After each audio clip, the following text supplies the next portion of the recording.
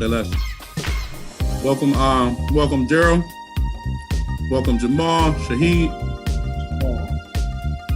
Gerald, I'm gonna actually change. Can you change your Instagram name to Thanos? Hey, bruh.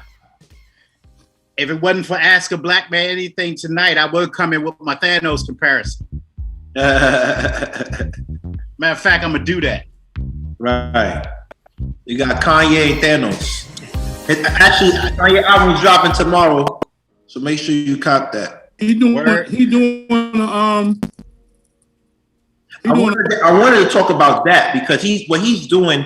His song, his new video coming out it had that track runner that was banned from the Olympics because she was smoking weed.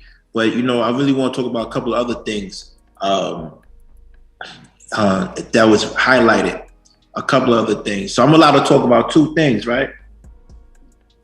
Yeah. We can bring up the other stuff. Second. I had another thing about the marriage thing. I'll tell y'all later. It's gonna be fun. It's gonna be good to dive into this. How y'all feel about unrequited love, man? Unrequited love. Oof. That's the type of love you dishing out all the love. You got all the love to give, but it ain't being reciprocated on any level. Wow. I mean, that's called parasitic, right? Yeah, it's parasitic and toxic. And the sad part about it is if you allow it to happen, then you ain't got nobody else to blame but yourself. And I believe that. I believe that. That's called I'm single where I come from. No, right. Doing that. Yeah, you can't be calling me up talking about how come I ain't heard from you.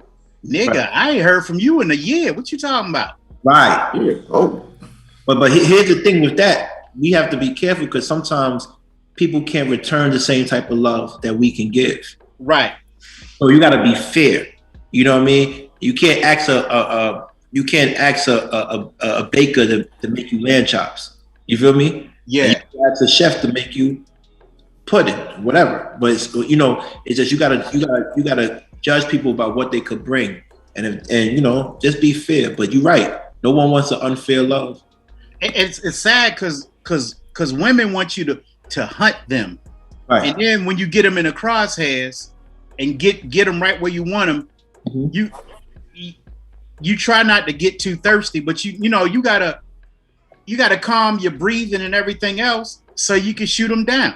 Right. And when you get it, the conquest is like, nah, it ain't all that. Let me move to something else. Right. But see, you know what the issue with that is? It's the whole issue with the setup where we as men, we have to do a lot just to get the woman to go on a date, just to get her to like us. So I got to show you things right in terms of what your experience is going to be if you're with me. Right. And meanwhile, traditionally, all they have to do is just sit there and be pretty and alive.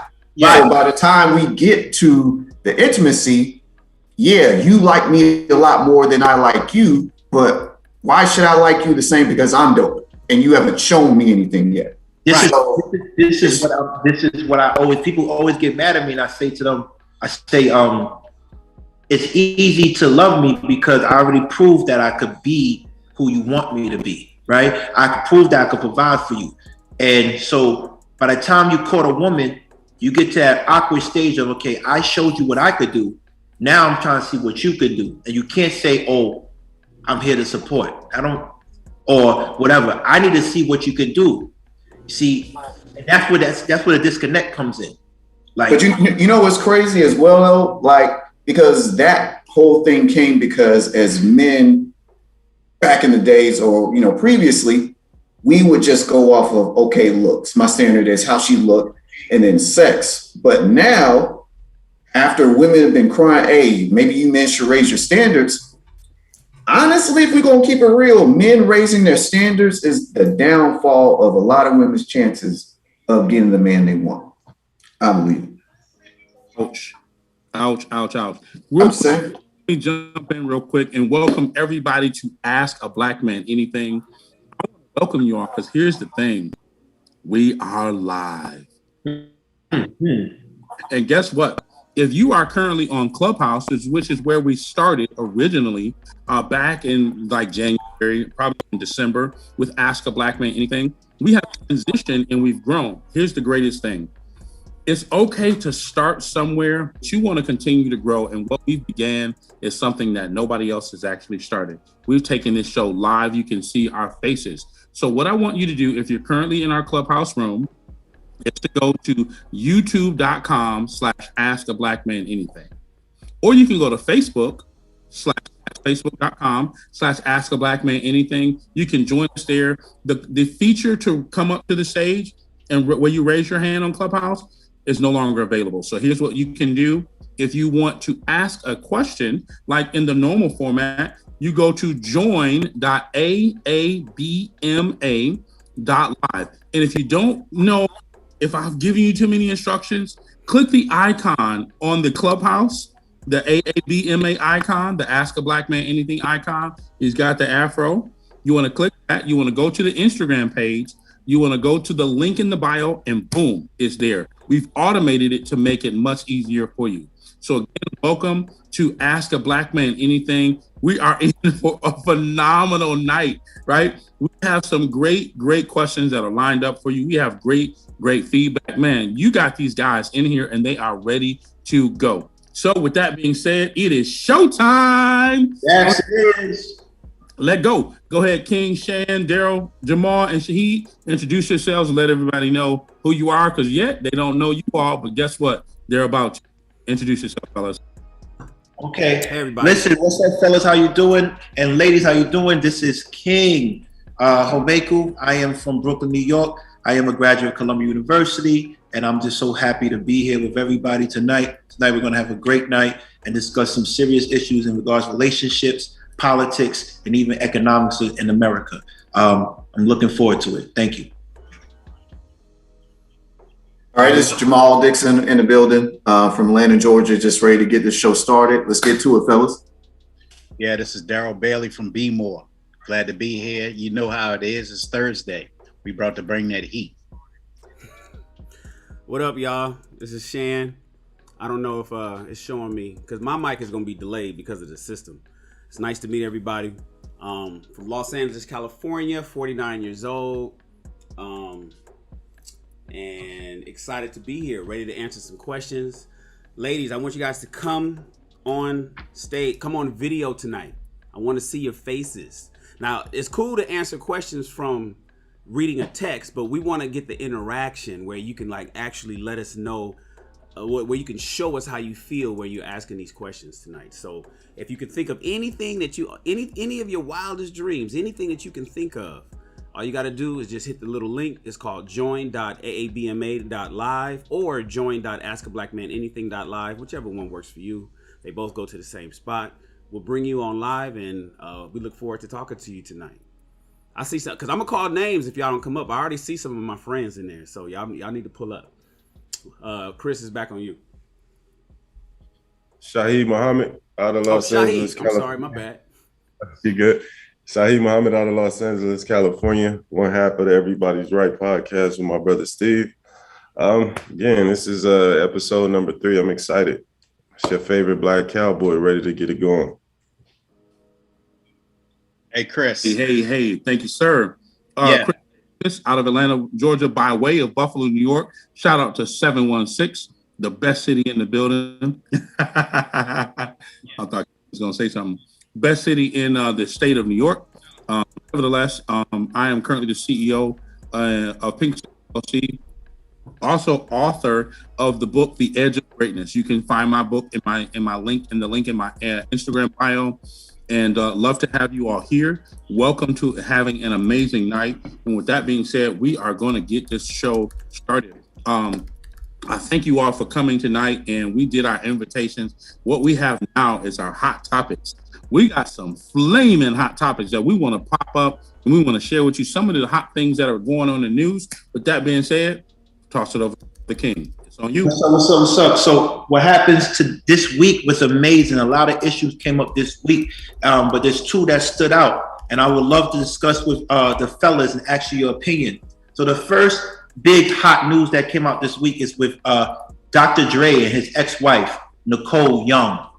Now, they just got divorced, and she is going to be granted close to $300,000 a month for the rest of her life. And to me, fellas, I think she deserves every dime. I know y'all don't like that, but I think she deserves every dime. Why? It teaches men that you have to be careful who you marry. Wow. Because what happens is you are obligated to take care of your woman. And to me, $300,000 a month is not a lot of money for Dr. Dre. He makes $35 million a year. That's 10%, less than 10%. Also, he's worth $820 million. So for him not to be able to give his ex-wife the life that she's accustomed to for the duration of her being, I think is foul. So I think that I'm glad, because when Bezos did it, no, it wasn't an issue. When he got divorced, he gave his wife $400 million, $500 million. Gates as well. But when it comes to black men and wealthy black men, why is it an issue to part with your money? Fellas, let's discuss that for a few. That's tough. Why are they getting a divorce? Why are they divorcing at all? I don't know that answer. No, I don't know why. I don't know. Maybe infidelity. Maybe they're not happy. Maybe they grew apart. But the question is, do you think it's justified for her to get that spousal support? I think it is, based on his wealth. I mean, if you're going based on his wealth, then he got let off kind of easy. Yeah, he did. If you want to look at it like that, that ain't even but a drop in the bucket to him, because wasn't she asking for more than that per month anyway? Yeah, she was. Like, he need to count as, if it's for him about the money, he might as well count his blessings and just charge that to the game and keep it moving. Like, because for him, they weren't at peace probably. Like, if we're just going to speculate, right? He would probably pay that just in severance just to be happy. So it seems like they both getting what they want. She's getting the support. She was there. She did her role, whatever that was within their marriage. I don't know, but she gets what she wants. He gets the freedom and peace he wants. Like, he got let off easy. She could have took half. So he got, especially in Cali, could have took half. He got off easy. Yeah, I'm gonna chalk this up to fait y'all accompli. saying it? Oh, go ahead. Yeah, I'm gonna chalk this up to fait accompli. At the end of the day, yeah, that 1%. I think that might even be less than 1% a month, King. But again, if you're in it as a black man, you need to negotiate better terms. He should have gave her a lump sum and be done with it. That's what I would have done. Give her just due up front and count it all joy and move on from it. Because that whole nickel and dime, the arrogance of it and the aggravation of it every month is just going to work on you. Just negotiate that term right up off the front and be done with it, man, if that's what y'all want to do. And I'm going to toss the mic back into the fray. Okay, but Daryl, what if you had a choice? A lump sum of half or gratuity of 1%? So the terms is she's going to get that for the rest of her life or until she marries someone else. Yeah. So I'm like, man, listen, I would have negotiated less than half, maybe about 35%. I'd have gave her a third and right off the top. Because, we all eat lies when we're hungry, and she's probably real hungry right now. So just give her the money and then let her roll. I wouldn't give it half, but, a third, it'll work right now for me. But, I'm not into counting anybody else's money. So I just gave my perspective, and half is a bit extreme right off the front. But, hey, I hear you, bro. Yeah, I mean, if it's already a fixed number in the rest of her life, if the number's already fixed, I'm good with that. Because if that means if he makes more money over time, her number is fixed. So what she gets is what she gets. And like I looked at it even though I don't necessarily agree with it, but I look at it like, yo, this is nothing to him. So he might as well just, like Jamal said, count your blessings and go on with it before, they get back in there and negotiate and then they hit him with something harder. So I say roll with the punches and just, I think it tallied up to say like $3 million a year. I'm like, man, that's chump change to him. So I just roll with it. Yeah, so my thing is, none of you brothers brought up the fact that this was the mother of his children. Nobody's worrying about the fact that she did spend time with him for the duration of his career. And no one's mentioned the fact that when extremely wealthy people get divorced, at least from other communities, like Bezos, he just gave the money up. It wasn't an issue. Why doesn't she deserve that? Why doesn't she deserve why doesn't she deserve half for just making the right choice? Oh, that's crazy. That's nonsense. You get half just for me choosing you. I'm sure he shot his shot at her. So you get half of my wealth because I thought you were attractive. She made the right choice, because a lot of times, I think we need examples like that so men could be a little bit more cautious. I mean, that's fair, but I don't want to be punished because I thought you were attractive and then you getting half of what I got and I didn't put all this blood equity, this sweat equity, this tear equity in. Oh, so she didn't do anything? You say she didn't do anything? She didn't do half 50%. She wasn't in the gym shoot. You wasn't in the gym shooting with him? She didn't help Get Rich or Die Trying. But she did make 2 children. She did. Okay. Those 2 children didn't make a diamond album though.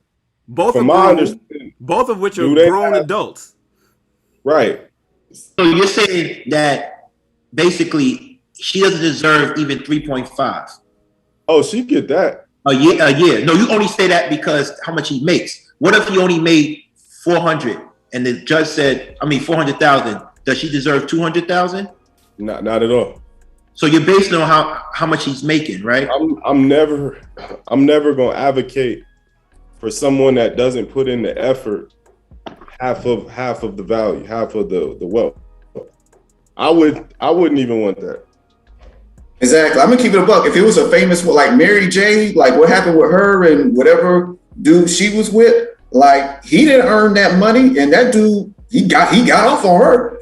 You know what I mean? But he didn't put in the work that she did to make those albums. He didn't deserve that, but because of how the law is set up, that's the breaks. So we got to play the cards that were dealt. I personally, I can't put a value on what she did because I don't know what went on in their marriage. I didn't even know that was the mother of his kids. I don't know what they got going on. So it's hard to put a monetary value on raising kids. Like, how can you determine that? You weren't in the household. You don't know if she had a maid, if she had a fleet of maids. Like, we don't know what went on in the house. We don't even know why they split. Like, she might have asked for it. Like, we don't even know. So it was hard for me to assign, hey, you raise 2 kids, you get $200 million per kid because you're worth $1 billion. Like, I can't make that judgment myself. Right. So because the kids are grown. Yeah, this ain't got nothing to do about the kids. Actually, what if she was taking care? What if the kids were under 18? Would you feel comfortable with it then? It would make more sense because under 18, they're still dependent on you. Right. I don't believe he has any children under 8. I don't know. Maybe he does. But when you got older kids, it's like I could deal with my adult children on my own. I don't need to go through a middleman. Right. So let's weigh the brevity of this. Let's look at it from the perspective of her just due. Like you said, Shaheed, what did she contribute to the marriage and what she's entitled to? Because this comes back to entitlement. And the award or the reward, whichever way you want to look at it, gives her some type of value and a dollar sign to it. And is she due that? Or is she entitled to that? That's the question I asked you, King. Right. So you're saying, is she entitled to his wealth? Yes. And I say yes. I say yes, she's entitled to his wealth for the simple fact that once again, I'm a firm believer that whoever you marry, you have to take care of them, even when you're not with them, until they could get on their feet. Now, because he's worth what he's worth, $3.5 million is nothing. If he was a man that made 50,000, then I wouldn't have those expectations for him, right? I wouldn't. But because he's Dre and she was smart enough to lock that man down, that's the benefit of dealing with a man of his stature. But was she smart enough to lock him down? When did they get married? They got married years ago. That's what I'm saying. So it's not 25 years. years. But we don't know what they went through in their marriage, but it's a reason why certain women deal with certain type of men of certain stature, because it's a lifestyle that they could provide. So we as men need to be cautious of who we bring into our lifestyle. See, to me, I'm looking at it as a symbol of, here's the bat sign, guys. If you don't want to give up half of your money and take care of a woman for the rest of your life, choose wisely. Because y'all all have an issue with her, but if she was a doctor or she was a CEO of a company, you wouldn't have an issue with her getting $3.5 million from her husband. But see, now, King, but King, with your logic, now we have to dissect the grounds of divorce. Because if we're gonna play it that way, we're gonna look at let's play it that way, Shaheed, because I get what you're going. I like where you're going. Now we got to look at the reason she's filing for divorce. Are you filing for is it a legitimate reason? Because I'm gonna look at you. If I'm Dre, I'm gonna say, hey, you know what you signed up for. You know what I mean? If it's outside the realms of abuse, you know, mental, emotional, physical abuse, and those things, then we can have a conversation. But if it's something like infidelity, I'm gonna say, hey, you signed up for this. No, that's not. No, you can't. That's not fair. Why not? That's your logic. You're saying it's different between signing up for marriage and signing up for the entertainer's lifestyle. Right, but you said she knew who she chose. Right, she knew who she chose. So why didn't if he didn't take precautions, and he said he did, to write, prenup and other contracts, he took precautions. He know if you get married in California, you gotta do spousal support. There's no ifs, ands about it. So he knew that. So whoever you marry, and if it doesn't work out, you got to hold that weight as a man until she finds someone to take care of her the way you took care of her. So my thing is, wait, King, 3.5 million. That's not enough for her to get on her feet. No, because she was actually, her expenses was actually more than that being with him. Well, she need to learn how to budget. No, or how about wealthy people don't budget? No. How about this? Learn how to invest. Right, but how about generational wealth? How about this? I blame Dre because the whole time you have this taking care of this woman, providing her that lifestyle, that just shows me you never took the chance to empower her. I feel you on that, but it seems like you want Dre. You want Dr. Dre. I don't want to sound like a simp because I see Shaheed's face like you. Listen, but it's just being real. It's at the end of the day, in life, you have to empower your woman, help her get a business so she could fend for herself, just in case of your absence. Right? I agree with that. And I feel like she might have that. It seems like you want Dre to fall on the sword, though. $3 million a year. That's a lifestyle. That is a lifestyle. Okay, so King, with that logic, again, if I empower her, I build her a business. When the divorce come, I'm saying I want 50% of that company. No, you already have that. When you do a business and your name is on a corporation paper, you already have 50%. So you already have. So let me jump in real quick, fellas. While I know this hot topic is flaming, and if y'all are looking at the comments on YouTube Live, they're saying that Dr. Dre, that his wife deserved it, right? Women, in my opinion, always feel that they are entitled to a man's money when they divorce, but they tell us that we're entitled to the box. I'm gonna leave it at that. With that being said, we want to jump to the beautiful ladies that are here on. Is Tara there? Say one more time. I'm sorry. Is Tara there? Because she says she's on the chat. We have TW. Okay. I'm not sure exactly who. No. is. Don't pull them up yet. Don't pull them up yet. Let the conversation keep going because they're coming in and out of the room. So TW's not even here right now. So I'll let you know. Right. So are we not ready for the first question? No. We still look at. We still. Yeah, Shannon. Just one more thing. For the sake of time, Tara, I want her to come and ask this important question in regards to this, if that's okay. Well, who they're not in the green room though. They're not up. Oh, they're not. So can you bring them in the They have to click on. They're not. I can't pull them. They gotta come on. Okay. If that's okay. Somebody ask that. So she said she clicked it out. It was TW Tara Wallace. Yeah, but she left.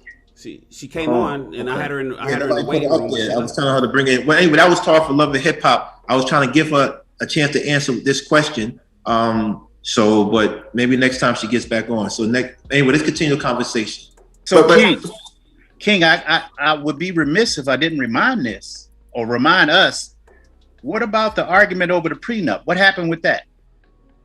Well, I mean, they had a prenup, and I don't know what happened, but I do know at the end of the day, it was cheaper for him to go this route, to pay close to $300,000 a month to pay for her 2 homes in Cali, and also to cover a few other expenses until she finds another person to marry. I think Kamala Lee went through the same thing, and she ended up meeting a billionaire and stuff like that, having a domestic partner. And now, like I said, I don't see it wrong. If you give a woman a lifestyle and you just divorce her and she can't fend for herself, this is why the institution of marriage is here to protect women and children. So to me, it's a sign that, fellas, be mindful of who you marry, because these are the consequences you're going to have. And also, when you marry someone, try to empower them so they don't have to be dependent on you like that.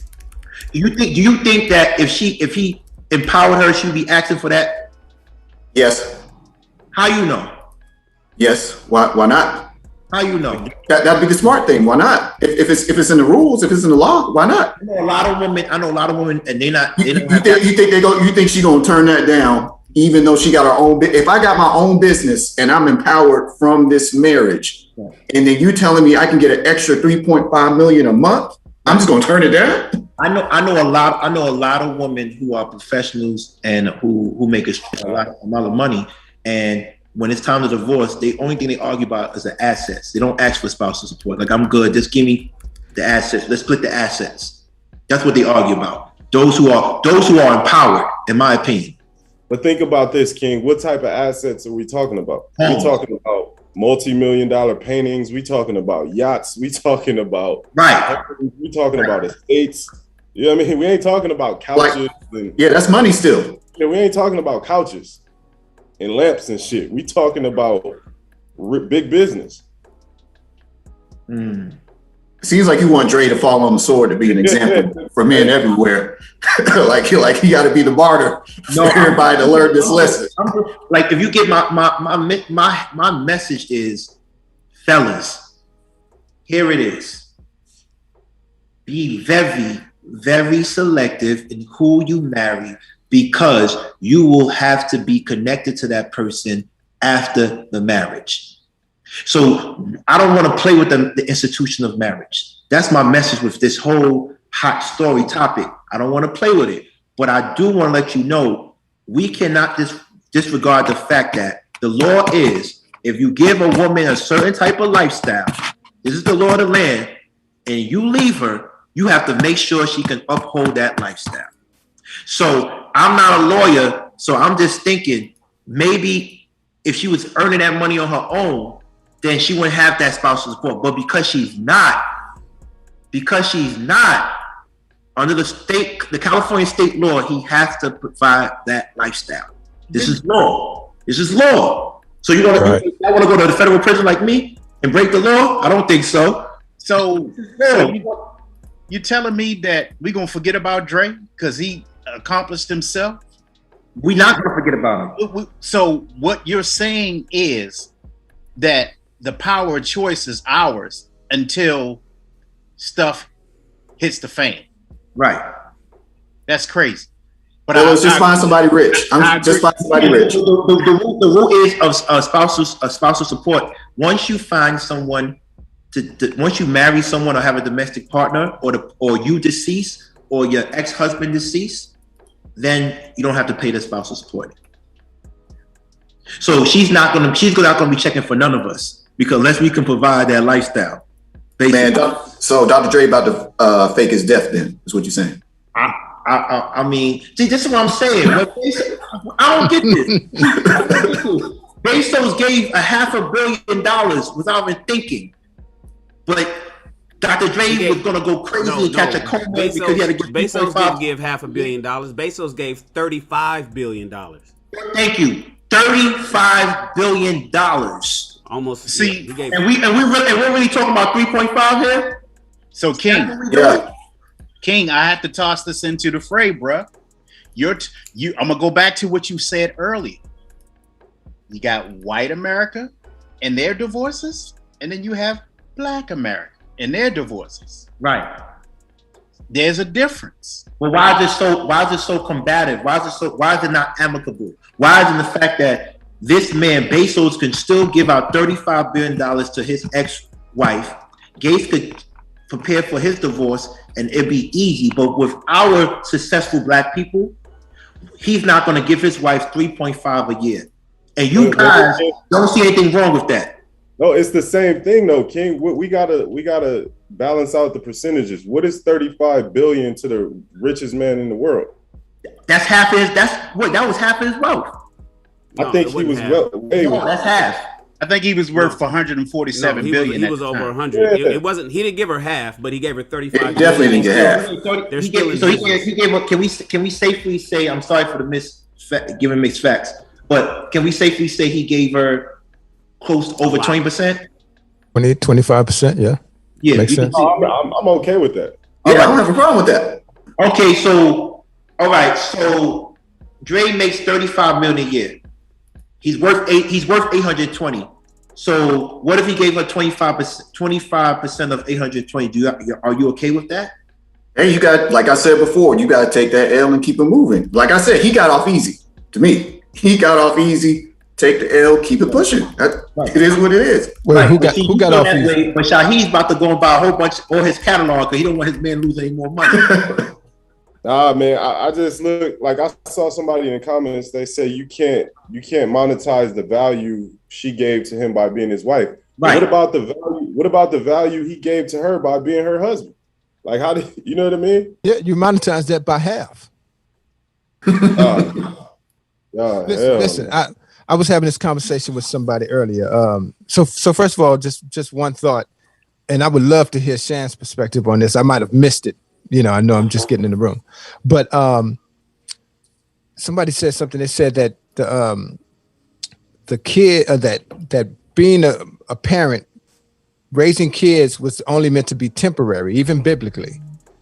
But being a spouse, husband or wife, is meant to be forever. So, you know, when you look at it from that perspective, if you're taking a woman, let's say, especially in this scenario, if you're taking a woman who doesn't have the kind of means that you have, and you're accepting that responsibility, and you're taking that, you're signing that contract, then you're signing it for the long haul. You're signing it for rich or for poor. Well, Negro, you about to be poor. But the point is that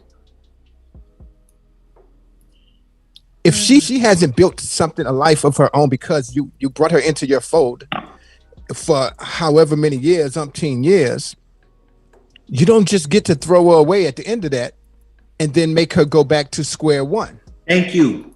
Yeah, but nobody's saying that. Who's saying just don't give her nothing?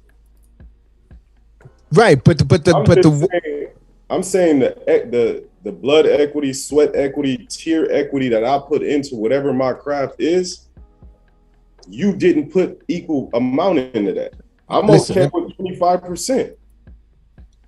this is what I'm saying. So, you know, you don't get to where he is with a woman if she didn't hold you down, if she didn't keep your secrets, if she didn't give you wise counsel, if she didn't raise your kids.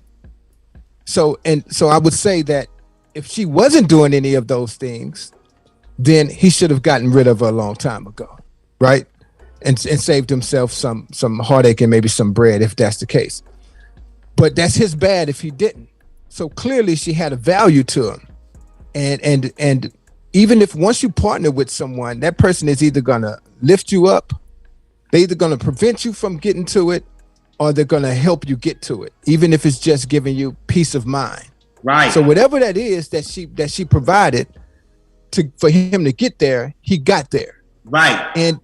And he didn't, Dre was already getting it at some point early in his career. So he kept elevating. Exactly. He was getting something. The rest of what he got along with her for whatever it was that she was providing. If nothing else, just a sense of peace or perhaps some companionship, whatever it was that allowed that man to be able to go and get the rest of it on his journey. You can't disqualify that, and it's hard to even quantify that. Right. So what you can say is that half of it, and that's the whole point of it. Half of it, it's not pretty, but half of whatever he got once he was with her, that's the only way to quantify that without living in the room, in the relationship with them, is to say half. I'll go with that. But Shaheed, what was the difference with what I said? Because I said that. No, Wes is saying, like, let's just say they got married when he at the point he created Still Dre or whatever. Right? She don't. If you tell me she don't get no NWA money, she don't get no death row, but whatever the case may be, I'm okay with that. Right, but that's. If we go from the moment we were married up until today, I'm okay with that. Right, but see, that's the thing. That's what I was saying. Bottom line is, once you make that commitment, that is your other half. So you need to take care of her.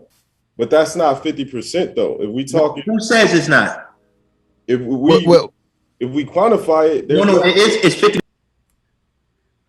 Oh, but here's what it is.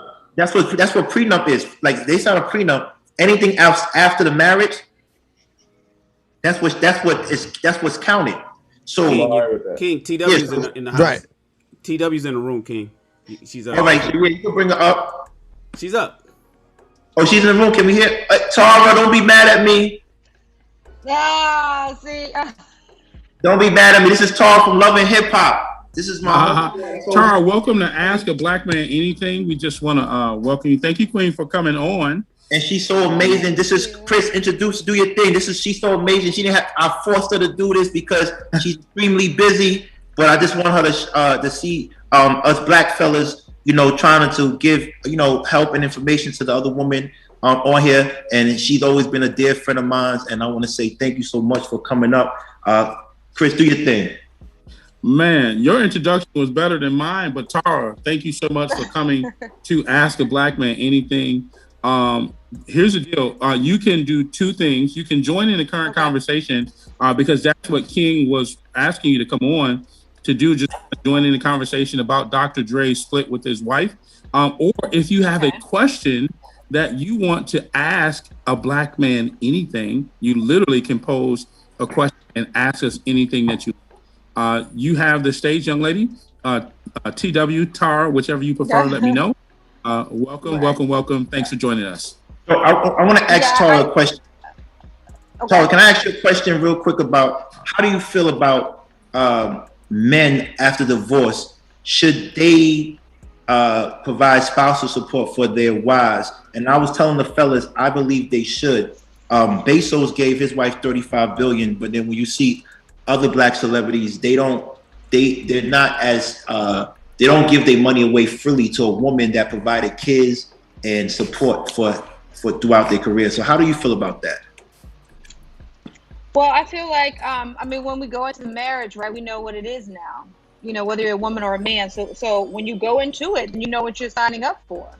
And if that's not what you agree to do, then you have to choose not to marry that person. or to have a prenup or whatever there is that you feel like there is to protect you. But I do feel like once you've married someone and you've had children, there is now an expectation, a way of life that should be sustained. I don't think it should be a get rich scheme. It has to match an income, whatever that man's income is. But I think that the woman's life has to be sustained. She's had your children, and you married her knowing these things. Okay, so King, now I already know your stance on women and marriage. Are you okay with this setting an environment that's taking a lot of wealthy potential husbands off the market? Because for me, if I'm a wealthy man, and I see how things are playing out in all these other marriages, I don't feel inclined to want to be married. Right. So my thing is, like I said, men need to be a little bit more cautious when they're vetting their potential partner. So I stated that. So I'm going to stand on that. But I also exactly. think. Well, Go ahead. I feel like that. I feel like you have to be extremely cautious of who you're getting into a relationship with, and understand the foundation of that relationship. Every woman I know, I mean, ultimately, at the end of the day, even someone who's meeting her, I won't even say halfway, but there's a reasonable line of communication. There's a reasonable expectation. So if that's not the woman that you vetted, then and the woman that you marry, then you know that going into it. Yep. Run her bread. Right. So right. I see a lot of. So can we look at it like this? Because even homemakers, if we talk about homemakers or a stay-at-home wife, anything like that, then like she said, if you have kids, that's a hard job. Because I think a lot of women fantasize that they're sitting at home doing nothing. But so even Kevin Samuel says that, where it's just like, hey, being a stay-at-home mom, that requires keeping up the house, keeping up the kids. You're feeding them, you're taking them to school, you're running errands, you're doing all these things. So really, you got to look at it as like a job. So just like with any other job, if you're not performing your job duties, if you are fired, you're not given unemployment. So it's just like there's somebody coming up and saying, hey, I deserve unemployment. Then you're like, okay, well, what were you, what was the reason for the split? Oh, well, I wasn't performing my job duties. I wasn't doing exactly what my job entailed. So it's just like, you're not going to be approved for unemployment. But if you quit because you was being mistreated by your boss or something like that, or maybe some other circumstances that wasn't your fault, then you're awarded that unemployment. So the question I wanted to pose to the fellas is, what is the income?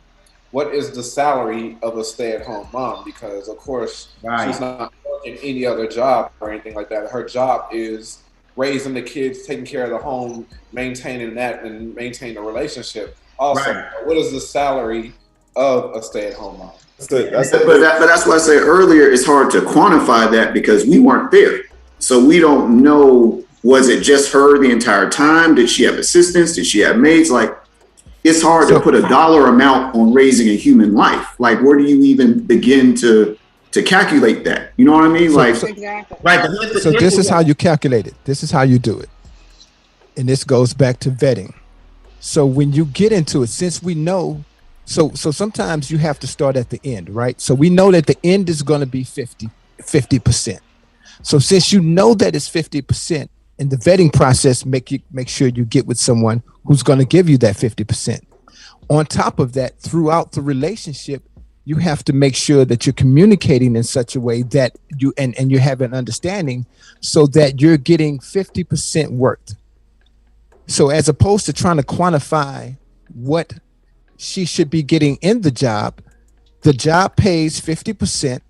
So then all that you have to do, and then she should do this with the man, all that one another has to do is check in with one another and make sure that everybody is holding up their end of the deal. Because if you're holding up your end of the deal, then you do your 50%, just like on the job. You do your compensation.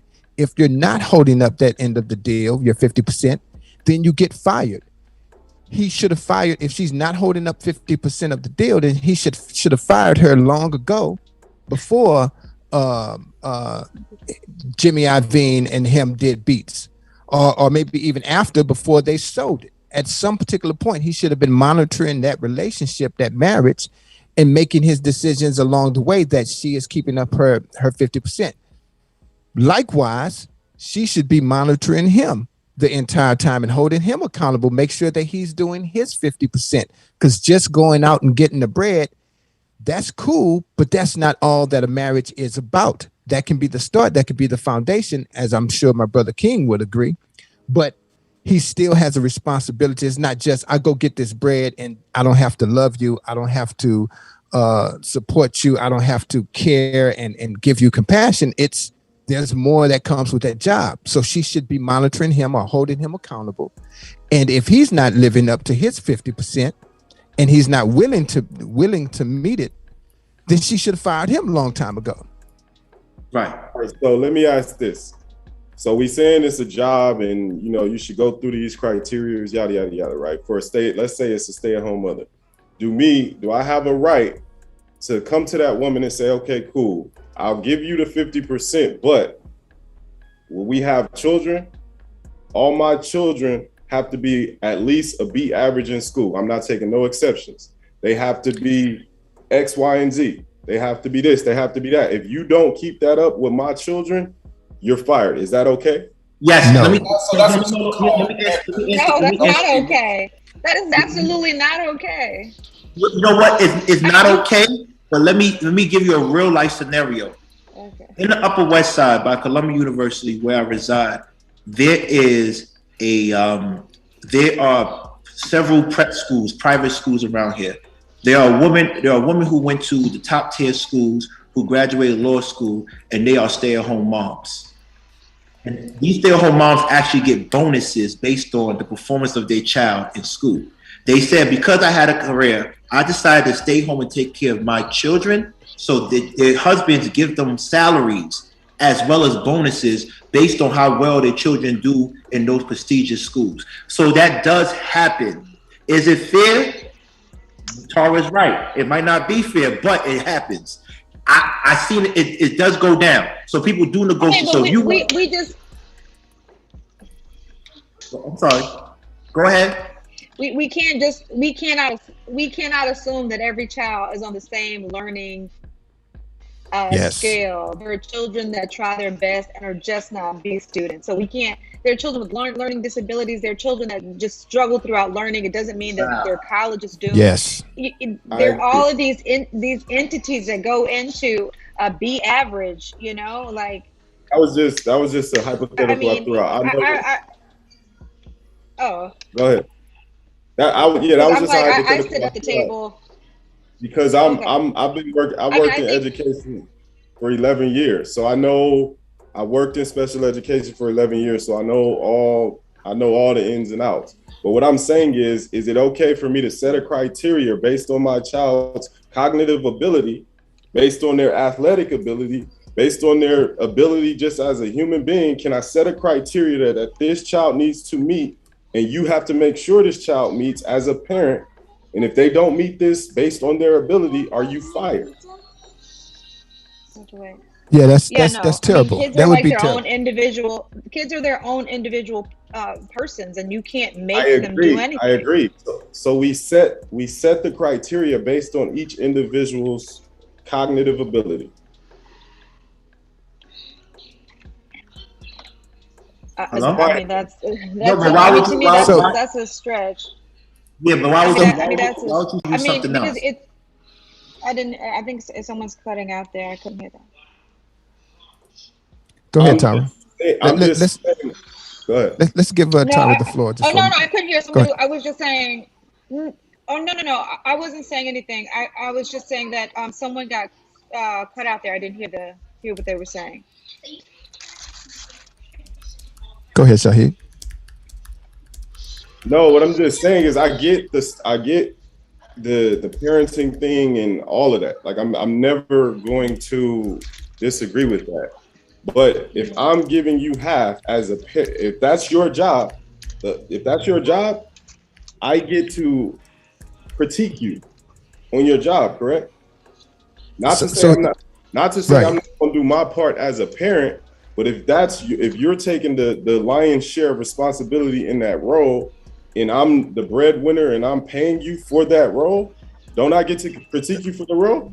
So here's let me just add this. I know we're probably over on this, but let me just add this one thought. I understand what you're saying, Shahid. The problem with that is that child is still an individual. That child will have a difference in every child. I come from a family of 6. We all had different abilities and the whole nine. And so what you can hold the parent to is hey, if you don't bring the child to school, maybe. I mean, I know that's kind of silly, but there's only certain tangible things that the parent can be responsible for with the child. But at some point, the child still has to do their part, and that parent can't be held responsible for that. And I just want to say this because I'm a perfect example of that. So I grew up in I went to gifted programs, the whole nine, high IQ, and I didn't do shit. I didn't do none of my schoolwork. That was not on my mother. It wasn't on my dad. That was totally on me. So if my mother or my father or my guardian, anybody in my life was to be held to account, even my teachers, they couldn't be held to account for what I chose to do as a kid. I think you guys are taking me. I'm just saying that if we're going to make this, and I'm not saying it's not a job. I don't ever want to discredit stay-at-home moms or parents. But what I'm saying is, what is the criteria? Because we're trying to quantify this, right? That's what we're trying to do. We're trying to find a quantitative number to put on the salary, so to speak. Well, that's what you're trying to do. I'm not trying to quantify it. The courts aren't trying to quantify it. It's 50. Right. It's 50. It's half. It's already quantified. It's half. So with that being said, we can revisit this another time. Yeah, let's keep it moving. Let's go and jump into the next topic. Tara, you're always welcome to stay with us if you want. I want to thank Tara so much. I owe you so much. You're Tara, amazing. Beautiful. I appreciate you. Tara, no problem. Thank you guys for having me. It's great to see so many men of color having this discussion. Is there anything you want to leave us with? Any thoughts? Well, I think that it's great in a time where everyone's trying to tell women of color what to do and how we are to behave and what we are to be. It's great to see so many people having an open forum and having this discussion, and not just someone telling us what we're supposed to do. And to see 7 different people with 7 different opinions expressing that, I think it's amazing. So Tara, I'll be the first to say, hey, this is Chris here. Just want to let you know that we do this live every Thursday night. So you're welcome to come and join us on our YouTube page. You can subscribe to the channel, and we'd love to have you come back at any time. If you have a question that you want to ever pose, of course, you'll click the link join.askablack or AABMA.live like you did last time. So thank you for coming to the show. We'd love to have you again if you have a question. With that being said, we do want to get to the next young lady who is in the queue. Welcome you all to. We want to welcome you all to Ask a Black Man Anything. If you're currently on Clubhouse, make sure you join us live on YouTube. If you're currently on YouTube, make sure you share this with your social networks, right? Share it on Facebook, share it on Twitter, share it on Instagram, share it on TikTok, wherever you are. Make a video. Hey, I'm live, listening and chatting in the comments. But with that being said, Myla, I apologize. Welcome to Ask a Black Man Anything, Queen. We are excited to have you here. Are ready for your question. So what question do you have for the gentleman today? Hi, everyone. I hope that you guys can hear me okay. We can hear you just fine. Okay, perfect. So I was on Clubhouse the other night and we were talking about how to attract a quality man. And so my question is, well, a little bit of background. I'm a 42-year-old divorced mother, and my 7-year-old daughter is with me everywhere I go since I'm raising her alone. I relocated from LA to Dallas a year ago. And really the only thing I do is work. I work from home. I run a business. I run errands. Take her back and forth to cheer and go to church. And I think men, out of respect, I think it's out of respect, they don't approach me with my daughter present, which might be a good thing. I haven't decided yet. People suggest I go to hotel bar.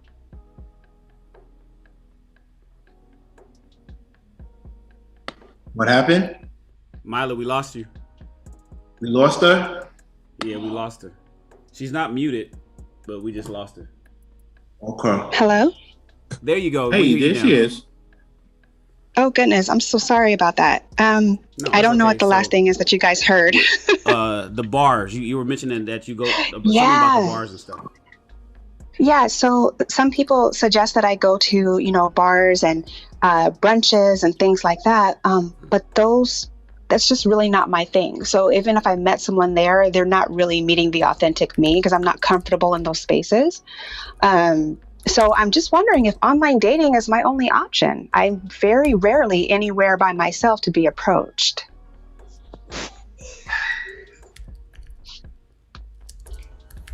I'll jump in first. Here's what I'll ask you. A lot of times we say, where should I go or what should I do? As I've gotten older, to attract the type of person that I want to be. And here's the thing: you want to turn it into personal accountability, and not so much where do I go, but who do I need to be. So right now, if you are Mila 1.0, ask yourself, do you need to add some new nuances, some new what's the word I'm looking for? Okay. I'm sorry, we had a little feedback there, but what new characteristics or new things do I need to add to who I am to be Mila 2.0? Right? That's the thing. If you are normally not the type of person to show up at a well, be the person, right? Because if you want to attract somebody, you have to draw them to you, and no one can see someone that's not there. That makes sense. So one of the things that I suggest is to smile and wave, right? I think that is a perfect way to invite people into your space while you're out. You don't have to be in a completely different person in order to draw somebody to you. You can do online dating, right? That's not the end all be all. Go ahead, fellas. I'll let you all top it up and see what you guys got on it. I'm curious, Mila, is the reason why you thinking that local dating is not going to work for you because you're too busy with the 7-year-old? Well, it's not that I'm too busy, because I can always hire, a babysitter to come and stay with her while I go out. So I have time to date and room to date. I just think that I don't think that I'm positioning myself well in order to be found. And so that's why I'm asking the question. I hope that makes sense. Got it. So, but it seems like the issue, the problem, but then you're saying, well, you know what? I don't want to necessarily solve that. Let me resort to the internet. Let me resort to online dating, as opposed to, I know what I'm not doing. And and I think, you sound like a bright woman. You know what you need to do. Is it that you just don't have the energy? You don't have the patience? When's the last time you went to a bar? When's the last time you went to happy hour just to go have some drinks and sit down? And see, that's my thing. I think I'm looking for ideas, because happy hours and bars just really, that's not something that's fun to me or appealing to me. I know to most people that, it is, and it's a great way to meet people. But I guess I'm looking for ideas of other ways to do it besides those particular places. Okay, for example, I'm into shooting. I love going to the gun range. but the gun ranges in my area and in where I live. Yeah. How do I say this? I don't think you should go to the gun range to meet somebody, but no, that's exactly. a great place to go.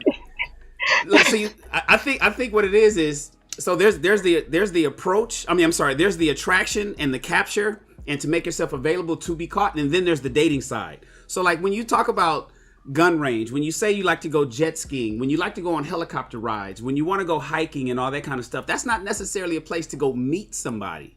That's where you get to know and have fun with somebody that you've already met. So I think you're trying to put the carriage. You may be putting the carriage before the horse, but the thing is, it's not fun. The capture is usually not fun. Being single is not fun. Being in a relationship is the fun part. But you can't use like the fun stuff that you like to do and say, I want to meet somebody there. So you got to do the hard work in meeting people and do the shit that you don't like to do. So like when I ask you, when's the last time that you've gone to a happy hour bar? I don't even like happy hour. I don't want to order sliders or fucking calamari and pizza and stuff like that. I don't want to do. Yes, but that's where he's going there to meet you. He probably doesn't want to be there either. But he's going there to meet you, spark up the conversation. Once you guys get into a relationship, you're not going back to the bar. There's no more bars after the relationship. At that point, you guys are going to the gun range. So yeah, that makes perfect sense. I was worried when you first came in, thinking that maybe it was your child, because you came from LA, you're now in Texas. And I'm thinking maybe your child is the reason why you didn't have time to go out. But if you know that you can get a babysitter, and you know that the 7-year-olds is pretty self-sufficient. You can't leave them alone, but they're pretty self-sufficient. It ain't like you got to feed them and all that other kind of stuff like a toddler.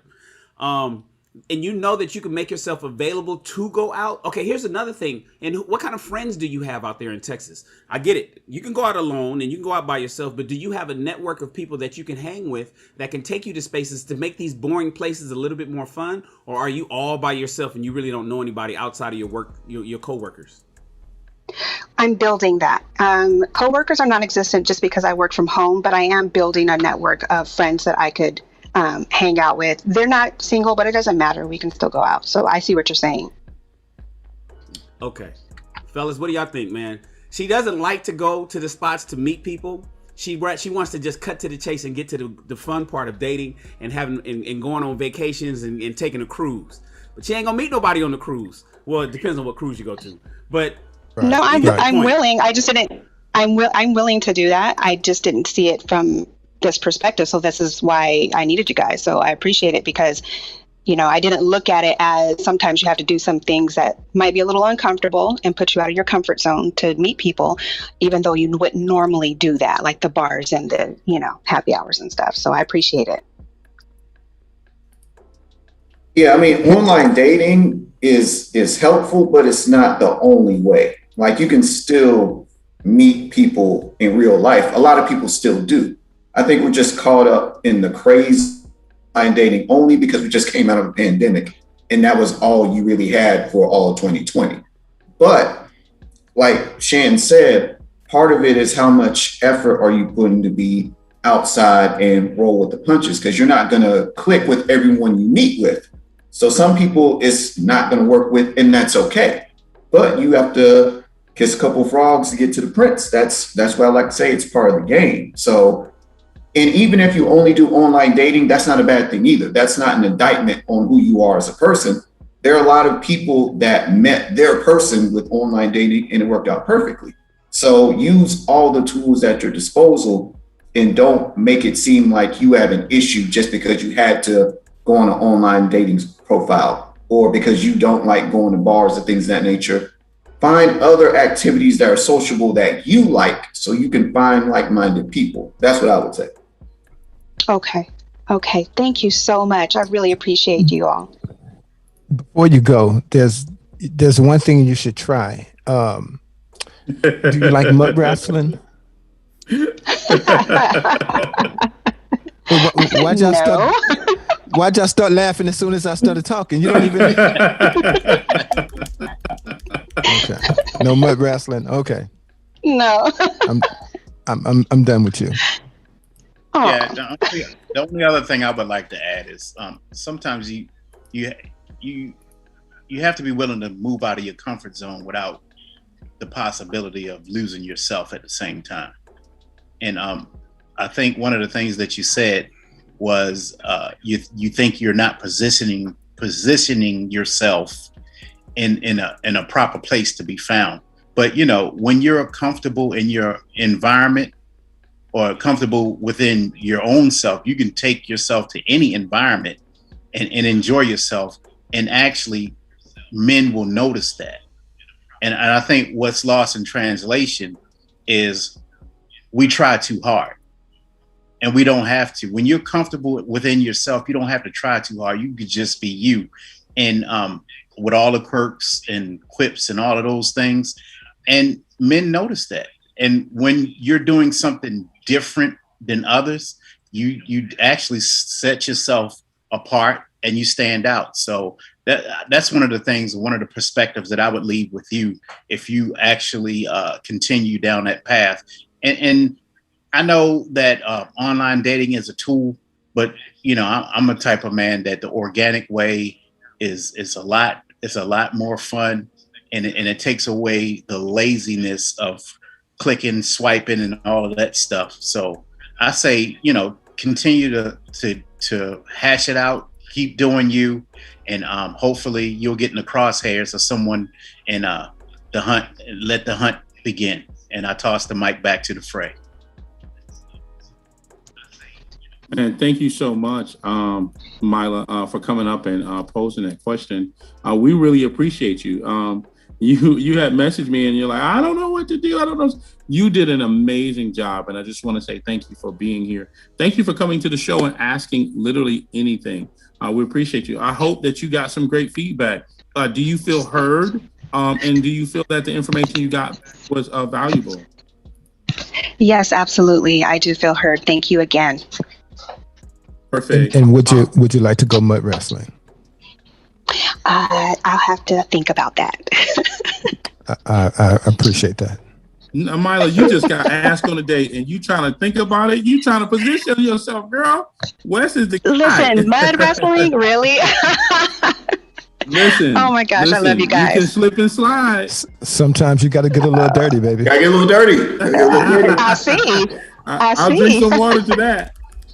Nevertheless, up next is and if I say your name wrong, I apologize. Is it Sher or tell me how to say your name, Queen? Cheryl. Cheryl? Oh, okay. Cheryl, welcome to Ask a Black Man Anything. We welcome you to join us tonight. And come on up and ask us whatever you want. What question do you have for the gentleman tonight? Good evening, Kings. It's great to see you and hear you. I have subscribed to the channel and I do listen to AABMA on Clubhouse. So my question is, you're welcome. And some of you I've reached out to directly. King Daryl, Mr. West, King Chris, I've favorite cowboy. So I have reached out to you directly on Instagram, and thank you so much for your feedback. My question is, how do you gentlemen feel about the silent treatment? How do you feel about the silent treatment? I feel the silent treatment is abusive. I recently was in a situation where a gentleman I met online, and I am doing both. I am positioning myself to be, in an organic way, going to places and doing things. And I just got back on the dating site less than a month ago. And we had a great first date of the year. Just told everybody in the world I just had my first date of the year. And then he wanted to see for us to see each other again soon. And I said, well, okay. That was on a Friday. And I said, well, next weekend, maybe we can do XYZ. And he said, well, that sure is a long time. And I thought, well, want to rush it. And so I gave it some thought. And so Saturday morning, I texted him and asked him, would you like to go to a rooftop bar party with me? And he said, cool. He was really into it. And I said, yeah, okay. I'm meeting some members of my club there. I'll spend a little time with them, and then we'll continue to have our time. So, of course, we arrived early. We had about an hour to ourselves, which was really nice. Members of my club began to show up, and I had told him that this morning, and that members of the club do bring their gentleman friends with them sometimes. Well, to my luck, no other guys came to this meeting, this little meetup. And so he saw that and he kind of nodded at me, and he went back to where we were originally seated. He sent over a drink and said, the bartender said, this is from an admirer. I think you know who it is. And all of us oohed and awed and everything. And so I was with them for less than an hour. We're texting during the time that we're together because we're supposed to have dinner after the rooftop. And he said, I asked him, did he want a snack? Because the rooftop only has sliders and things of that nature. And he said, no, we'll have dinner when we leave. And I said, okay. And I excused myself from the group shortly after that, and went back to where we were originally seated, and he was gone. And I said, oh, well, he probably went to the bathroom or found a way to watch the game, because the game was on last Friday night. I looked at my phone and it said, have fun with your girls. I'll catch up with you later. I said, what? Okay. No, I knew that was coming. I knew it was coming. I knew it too. I knew it was coming. I said, the moment you said I was with them for a little less than an hour, I said, no, you wasn't. You was there. You was with them a little longer. No. I counted. No, sir. This is my second date of the year. You should have only been there 3 minutes. 3 minutes. When you realized there was no other brothers there. Listen, Shan, let her finish her story, because what happens is this is going to be a life lesson to a lot of people. Let her finish. Okay. All right. And so when I went to call him and I didn't get an answer, and I looked back at the text and I was going to text him again, and it said, the first text was I'm all right over here, have fun with your girls, and then the next text was, I'm going to catch you, have fun with your girls, I'm going to catch you later. And what's the timestamps? Give us the timestamps. Are we still? Take a look at your. This is. Ain't you got your phone? Look at the phone. Yeah, I got it. Tell me the time. Tell me what time that he said, I'm over here, I'm cool. And then tell me the time that he said, I'll catch you later. Oh, I done deleted his information. You did. I'm from the South, so we say I done. Hold up. Oh yeah. Deleted it. All right. Hold up. I kept it. I just deleted his information, but I kept the message. So the timestamp was 7:58. I said, you want a snack? And he said, we can eat when we leave from here. I'm good. Enjoy yourself over there. Then the next message is, enjoy your friends. I'll catch you later. And it's all under the 7:58 stamp. So it was just a few minutes. To add a little more to that, to give you an idea of the time, we were talking. We were already in place. Don't show his number. And, but wait, I have a question. Okay. I have a quick question for you. I want to know the text message that said, I'm over here, I'm okay. We can eat when we leave from here. Before I'm that. Good. Before what was? Oh, I said you want a snack. What time was that? 7:58. What was the message before that? There was none? He said it was 6:27, and he said he was en route. Oh, okay. And, so there's no, okay, I got it. Yeah, it was 6:27. Okay, he said he was en route. And he got there maybe about 10 minutes later, which would make it about 6:40. I got you. And I got you. So my question is, And so I texted him. I'm sorry. Yeah, the one with so where this is the silent treatment coming back? Are you going to mention the silent treatment? Because okay, so the silent treatment is I texted him 3 times and I called him 3 times, asking are we still going to have dinner? Well, where are you? First, and then hello, and I said, are we still going to have dinner? And that is what I consider the silent treatment. He didn't say anything. Okay, so my thing is, after he didn't respond to your text messages, when was the next time you spoke to him? I have not. Okay, so that's not the silent treatment.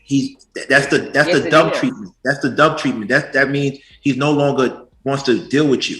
Silent treatment is that he takes a long time, or he deliberates before he eventually speaks to you. Eventually. Well, he texted me Sunday. Oh, okay. He texted you Sunday. Okay. He texted me Sunday afternoon and said, "Good afternoon. I'll text you when I leave the gym." And I haven't heard anything from him.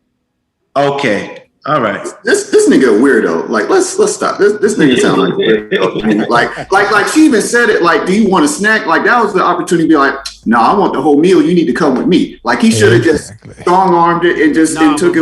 But when she asked that, he was already done. When that question came, he was already done. Right. For what though? All you did was drive there. Yeah, but like the finals game wasn't that good. Like, it's the Bucks and Suns. Come on, nigga. But Jamal, I always agree with you, but this time I might have to go with Shan, because I'm sorry. The date was on me. This was the second date.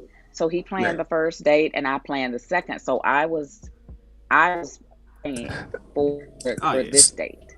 Yeah. So Cheryl, if you plan the second date, I feel it's fair to take turns. I'm sorry. Go ahead. But here's the deal. So Cheryl, if you plan this date, you planned it with. Hey, love. So look, I'm just trying to make sure that I understand this correctly.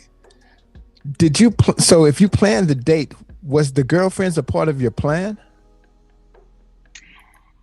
I did try to split the time between the two.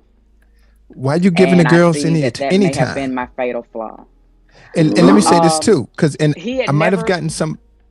Daryl, you see what I might have gotten the time. That's the fait accompli. It's a wrap. When you splitting time between a person that is interested in you, and you're trying to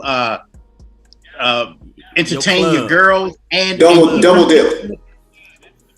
Fait accompli. It's a wrap. It's done. Daryl, this is my thing. Usually other gentlemen come. And so the men will go and be, on their side and, let the ladies in the club do their thing. But Cheryl, you planned the date. You planned a date with him, not the girls. And you're assuming that he's going to get along with those dudes. Because I'm the kind of guy, when I go places, I don't want to talk to people because I don't want them to get to know me. I don't want them to know where I'm coming from. Right. I don't want them to know. It's a lot about me that I don't like the world to know just yet. I can't let everybody in my world. And so I don't know them dudes. I mean, so you assuming that I'm going to be cool with these guys? These niggas might be right. So Shan, but check this out. Check this out. The thing that kills me is that women do things to have content for their group chats. They don't do things to be genuine and sincere anymore. Because why are you bringing a man to be around your club when this time is designated for you and him, and then get mad when he says, you know what, I don't want to waste time waiting for you because this tonight was for me and you. You're disrespecting me. So and King, if I could have said to that point, morning. Go ahead, Cheryl. I told him in the text that morning that members of my club would be there. And to come cute, and that be cute or Cheryl, comfortable, that you could come cute or trying to show them off, but other men would be there. Content for group show them off. Content for group chat.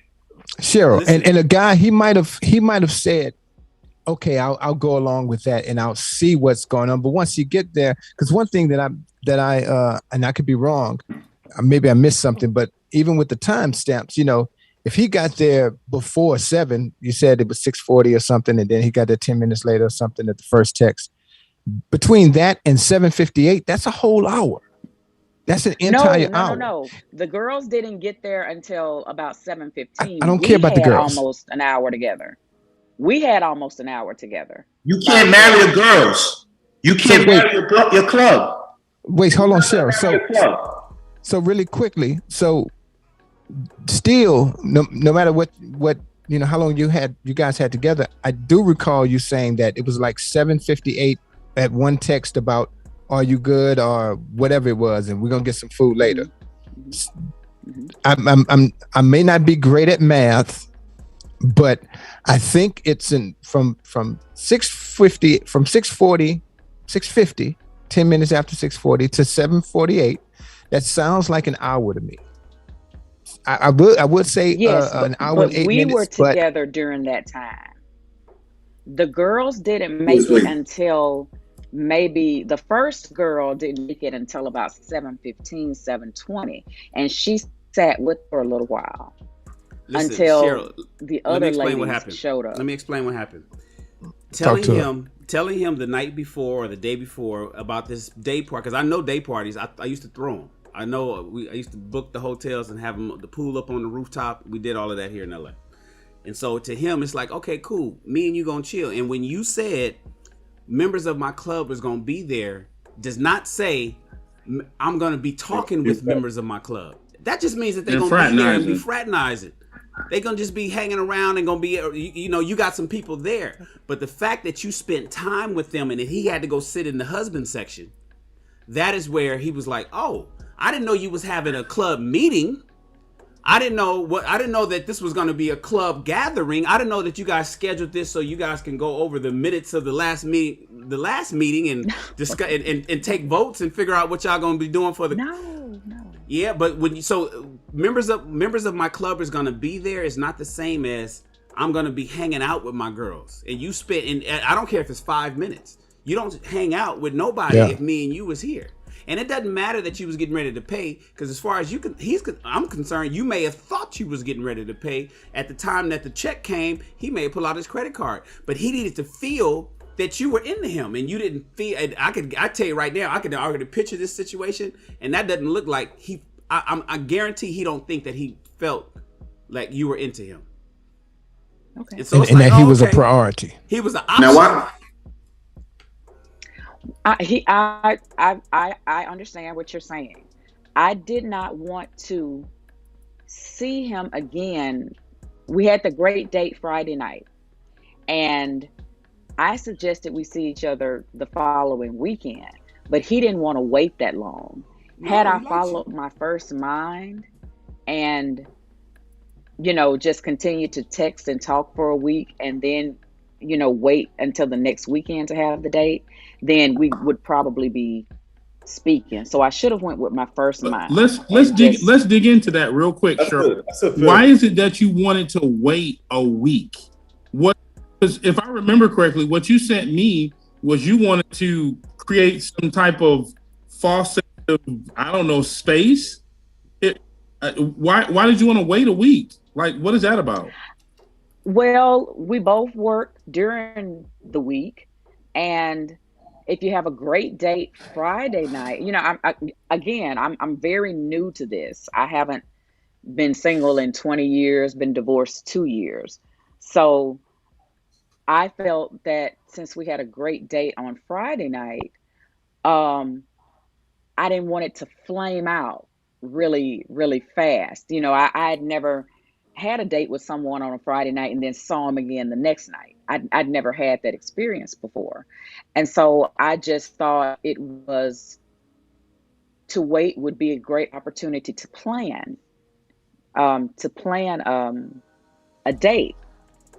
And that's when some of the wonderful gentlemen said, you know, why are you making him wait? Go out, go sing it, you know. And so I said, well, okay, I'll invite him to the rooftop. I believe it. No, I believe you should have. I think you did make the right decision. I think going out with the rooftop is fine. I think you should have just made him the priority.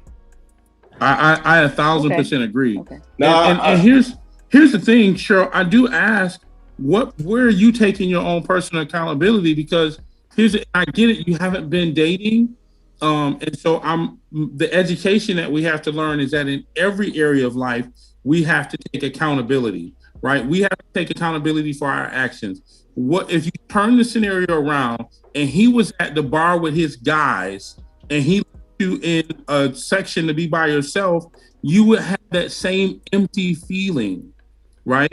That he's not paying attention to me. And believe you me, I know how women are, right? He left me, she texting, girl, he left me to go hang out with his boys. He not paying me no attention. What I would say, well, he did during the first date. He did take a call during our dinner. He took a call. But here's the thing: taking the call right now, he's responsible too. I totally agree with Casey in the comments. He's responsible too, but you guys both have to be accountable. You both have to be both accountable for your own actions. You spent the time with him. You could have literally just, saw your girls, gave him a few hugs and, shouts outs and kisses, and then just been with him because you invited him and you left him to himself. I think anybody else want to just add one last comment to that? Well, yeah, I get to the silent treatment. I understand. See, I'm talking about we're going in chronological order. So I'm talking. So you drew first blood. You did what you did that day at the rooftop, but I also want to. I'm gonna cap off. I'm gonna let the guys finish, and I'm gonna end it off with you also dodged the bullet. You dodged. Thank you. And I still think, dude, the weirdo. Now that I know the situation, yes, she has a role to play, but it's a grown man that couldn't just say that. Like, just say it there. Like, this man ran and hid in a cave for 3 days, and then gonna come back text you on the Lord's Day. How you doing, Queen? Grand Rising. After you ran like a weirdo for 3 days. Like, if you a man, just say, hey, I don't like that you're doing this. Let me take you here. Let's spend time together. That nigga's still a weirdo to me. I don't care. I guarantee you probably one of the go ahead, Shahid. No, I agree with her. If she don't want to go on a date the next day, that's completely up to her. But what you went though, it could have been communicated that, hey, I really don't have any time until next week, but this is where I'm going to be at tomorrow if you want to come hang out. But I'm going to be socializing with my sisters or whoever, right? You could have let him know that from the jump. Now his end, like, it seems like passive aggressive behavior. You know what I mean? Like, it's just like he got to do a better job with his communication. That's why that nigga's single, bro. I guarantee you that's why he's single. Yeah, he a weirdo. He hit her with you're better off without I'm at the gym. I'll hit you back. So here's the thing. You go on a date. We go on a date Friday night. Everything is really wonderful. You suggest that we go the next week. I'm at home. I'm thinking about you. I probably want to have sex with you. I don't want to wait till next week to see you again. Yo, what about tomorrow night? So you're like, all right, cool. I got this event. Let's go to this rooftop. All right, for sure. I'm good. My club is going to be there. In my mind, I'm thinking, okay, they're going to just be around, but it's going to be me and you. We're going to be sitting down and I could be talking to you. I get to the event and then you kind of ghost me. And it's just like, you don't ghost me for too long, but it's just like, damn, where's my attention? The fuck, I could have just stayed home if this is the case. And you're gone long enough that I can disappear and you don't know I left. That's why I'm putting it on you. So the fact that I disappeared and you don't even know that I left, I should have been in your peripheral at all times. So now I'm gone. I shoot you a text and I say, okay, I'll talk to you later. This is where you dodged the bullet. If that was me going on a date with you, I'd have been like, hey, so what's going on? I thought we was kicking it. What's happening with that? I don't even. This is the second time we out. If I knew that you was gonna be with your girls, you shouldn't have brought me out here. We could have just went straight to dinner. I could have skipped this rooftop shit. And we could have met up for dinner after you did your whole little your club meeting. That's what I would have said. Number two, after I'm pissed off and I do leave, well, one, I wouldn't even get to second stage. So now I'm speaking hypothetically. Because you would have heard that from me at the fucking rooftop. But then I ghost you and I don't talk to you And we're you know, I'm assuming he's in his 40s. You know, we're people of a certain age, so I'm 49 years old.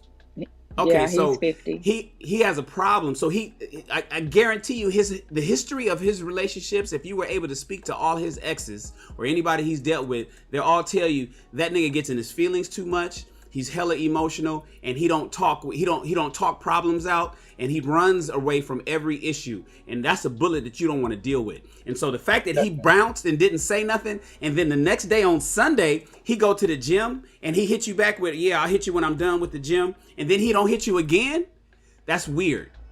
And that's whack. Yeah. And if it would have worked out for you on Saturday night, here's the thing. If it would have worked out for you on Saturday night, you would have ran into a big ass problem later on. And that's why I'm telling you that you dodged the bullet, because a man that did what he actually did is gonna just be you would have been pissed off at that motherfucker a week from now.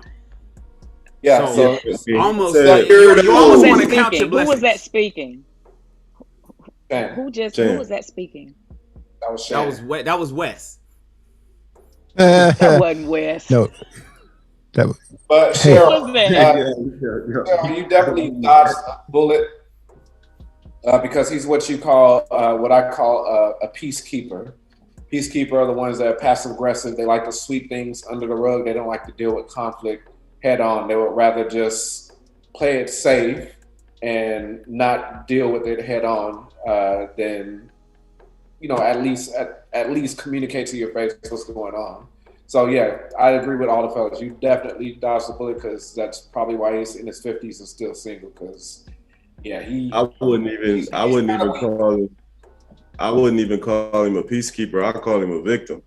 You know what I mean? When he said, when he texted you saying, "Oh, I'm all right over here, enjoy your friends," that was him saying, "Hey, I want some attention," but not knowing how to say it. You know what I mean? So yeah, you dodged the bullet for sure. Last thing I'll add to this is if the shoe was on the other foot, a dude that's in the hunt, he would have been like, you know what, I'm gonna holler at my boys real quick, and tonight is yours. Whatever you want to do, we get that snack. Whatever you want to do, if we want to leave and get something to eat, go, you know, have something a little bit more quaint. That's what the hunt is all about, because he makes it about you. I ain't even got to say a real man, but a man with some morals and scruples will come at you like that. And the fact that communication was lacking, I would just say, like Shan said, you dodged a bullet. And again, 2 dates in, no love lost. Shake that dust and roll with it. Cheryl, quick question for you. Yes. You there, Cheryl? Yes, I'm here. Okay. Do you like mud wrestling?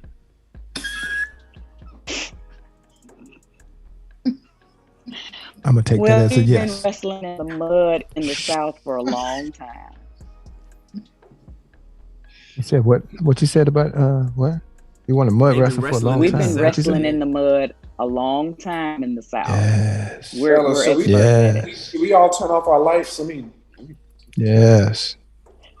Mud wrestling.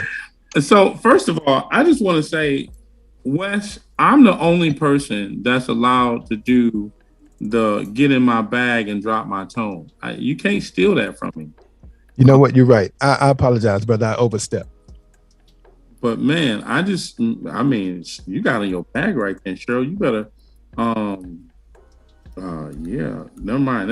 Cheryl, so I don't know if you are able to see any of the comments, but number one, Wes has you blocked. We appreciate that. But number two, the ladies in the comments, they want me to tell you, particularly Smarrell, he says, let you know that the ladies think that you are beautiful and that you don't deserve her energy, that guy's energy. He doesn't deserve your energy to be in this conversation at the moment. Comments are saying whatever. I'm trying to go through the positive comments that they are sharing with you. It's okay. I can Cheryl, raise your self-esteem. You're beautiful. He doesn't even deserve to be in this conversation. So those are just a couple of things. You can go back and watch the broadcast. and check it out. But thank you so much for joining Ask a Black Man Anything. That was super bold of you, and we appreciate you for joining us here tonight and Ask a Black Man Anything. That was an amazing question.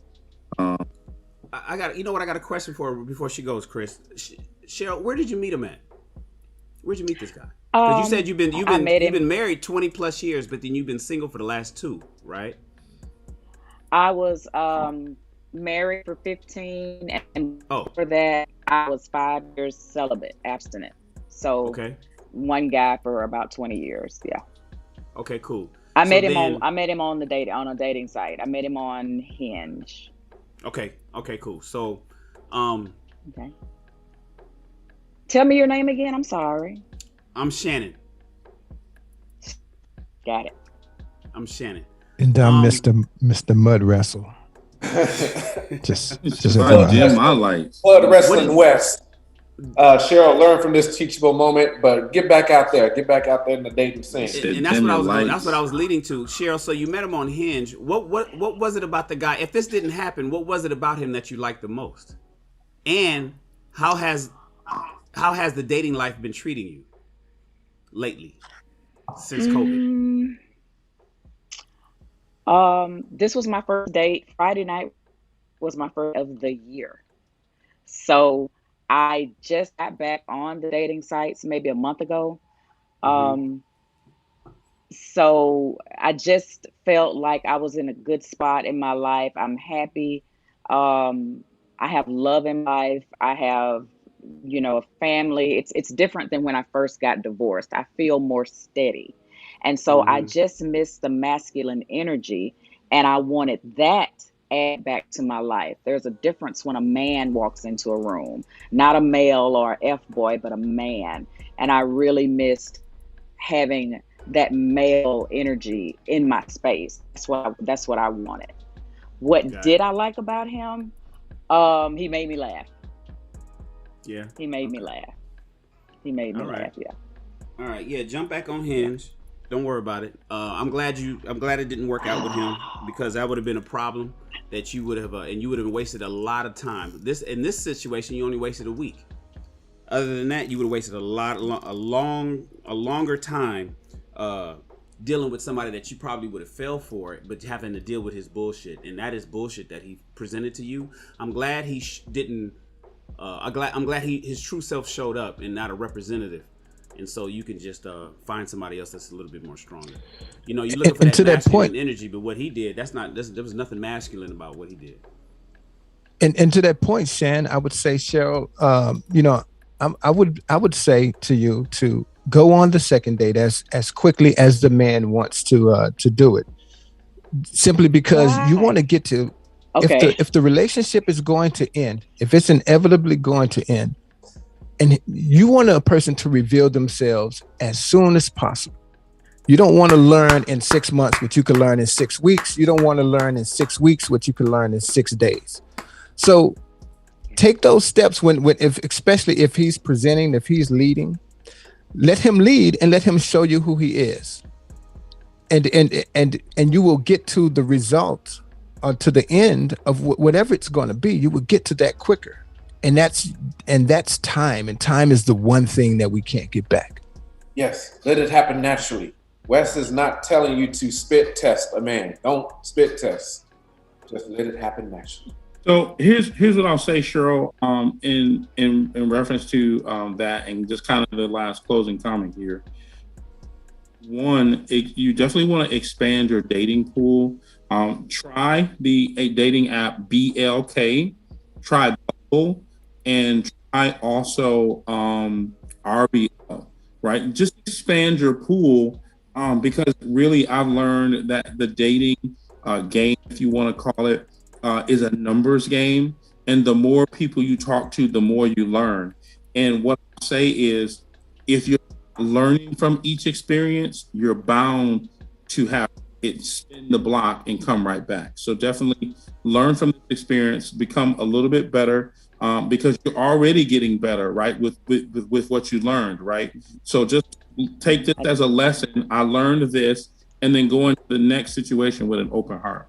With that being said, thank you so much for joining Ask a Black Man Anything tonight. We appreciate you. With that being said, also, we want to take a moment to reset the room. If you're currently on Clubhouse, we are not physically present on Clubhouse as no one is actually on mic. Also, the raise hand feature where we started on Clubhouse, the raise hand feature is currently off.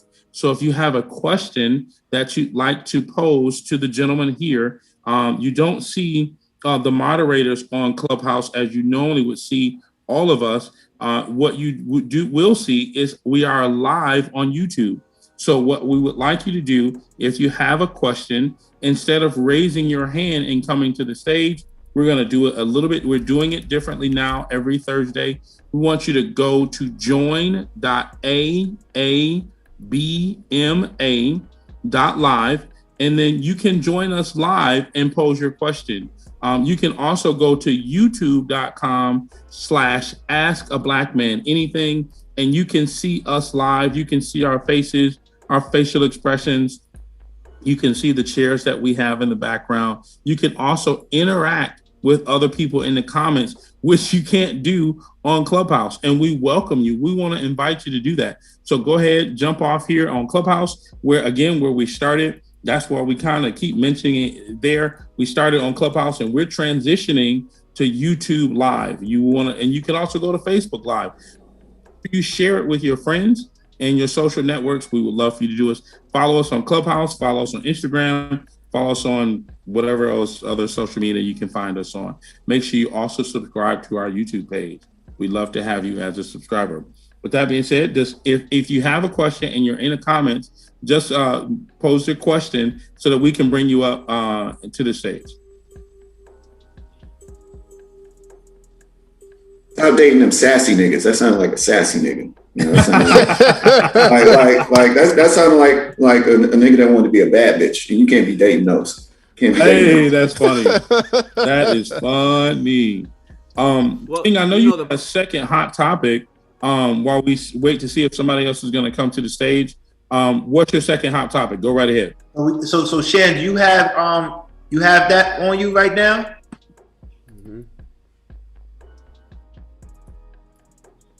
Do you have that? The article itself, or no? Nah, I don't have the whole article, but I got the image for you. Yeah, please give the image. Post the image. Well, so this image today, if you haven't noticed today, Jeff Bezos donated $1 million to two individuals for the Courage and Civility Award that he actually came up with yesterday when he landed on Earth, back on Earth from going out of space. This award is given to those people in our society who are considered unifiers. He gave this unrestricted donation, unrestricted. He could do whatever he wants with it, to Vaughn Jones and Jose Andres. And Jose Andres is a chef, but we're going to focus on him giving $100 million to Vaughn Jones. Unrestricted. He could do whatever he wants with $100 million. Wait, Vaughn, or you talk about Van with Van Jones? Vaughn Jones. I'm sorry, Van Jones. I apologize. Okay. I apologize. Please forgive me. Yeah, the dude that was crying on CNN. Yeah. So I apologize. I keep on saying Vaughn. I'm thinking about something else. We know what you're talking about. I should know shit. He was just laughing at me like, what, Vaughn? But listen, Van Jones, so he gave it to him, and I could see that he's not one of the most popular people in our community. But my question is not about what he brings to the community. My question is he obligated to give a portion of the money to the community or the betterment of the Black community? Because to me, this was a little bit disrespectful from Bezos. He's to give one Black man $100 million to me was basically to say, hey, I'm going to show you how that money is not going to stay in your community. I'm going to show you how. I'm going to show you how this is not going to. It's not going to come into your community. It's not going to be used for your community. And if it does, it's going to be used for something that you probably don't need. And so my thing is, how do you feel about him giving money to one Black man, particularly Van Jones? And also, do you think Van Jones is obligated to use that money for the black community in America? Well, I say better Van Jones than he just giving it to a rapper, Lil Wayne or somebody like that. That's definitely gonna blow it. Mike Jones, better Van Jones than Mike Jones. Mike Jones, who? Mike Jones. Who? Mike Jones. We could do this all night, Wes. But yeah, Van Jones. I'm kind of 50-50 with Van Jones, but I think it's just basically gonna come down to his true character is gonna really show, because it's just like, what does he do with those funds? What charities is he donate to? What black businesses is he gonna donate to? What initiatives is he gonna be donating that money to? So when I saw that article, that's the first thing that came to mind is, what is he gonna do with these funds? So here's what of course he can choose to keep some of it for himself, as he should, but what is he going to do with the rest of it? Like, is that going to go to black organizations, businesses? Go ahead, Wes. So here's where I'm at with it. For one, and I've been kind of heavily into to politics, at least prior to the unnamed clown leaving office. But this is what I would say. So first of all, Jeff Bezos can do what he wants with his money. Dare anyone tell me who I can give my money to? And Van Jones, I'm like you, Colin, I'm kind of 50-50 on Van. I really liked Van at some point, but then there were a lot of things that and I'm I'm the we are the world kind of guy. But I did see that there's a line that for me that I thought was a bit much. The way that he kind of gave too much leeway to people who didn't necessarily have our best intentions at heart, I would say. That being said, he does have his own agenda, his own vision, his own goals. Some of those we already know about because he's had an opportunity through, whether it's through CNN or whatever, his own network of whatever to get those visions out. And then there's some that I'm sure he has that we have yet to see. And we don't get to dictate as much as we would like. We don't really get to dictate what his vision is. Now we know he's actually trying to he gives space to people on the left and the right, sometimes in ways that I don't agree with, but it's not for me to tell him whatever his vision and his goal is. So I think the real test is going to be that whatever his vision and his goals is, that he puts the money, the bulk, the lion's share of that money towards something, towards that, rather than simply pocketing it. So I think Jeff Bezos is well within his rights to do what he pleases with his money. I think Van Jones is well within his rights to do what he pleases with his money. I definitely know, what I do know is that Van Jones does have a heart for black people. I can definitely say that because there's a lot that he's done and that he's shared that wouldn't happen. Now his methodology might be different than mine and yours, but as long as he puts it towards a vision for a bigger purpose than him, I think it is what it is. Did all the money go to Van Jones or King? Are you saying it got split between him and somebody else? No. So it's $200 million donations given to him. One to Van Jones, the other one to Chef Jose Andres, who is trying to stop world hunger. So there were it's a total of $200 million? Yes. Right. Damn. So what's wrong with I'm saying, what's wrong with that? This man Van's keeping listen, he wants to, he could do what he wants to do. Like he said he's $145 billion. He gives these guys $100 million. To me, it's disrespectful because it's going to show how we as a people are not united or together. Okay, King. Go ahead, Jamal. Yeah, King, I see what you're saying, but what's the alternative?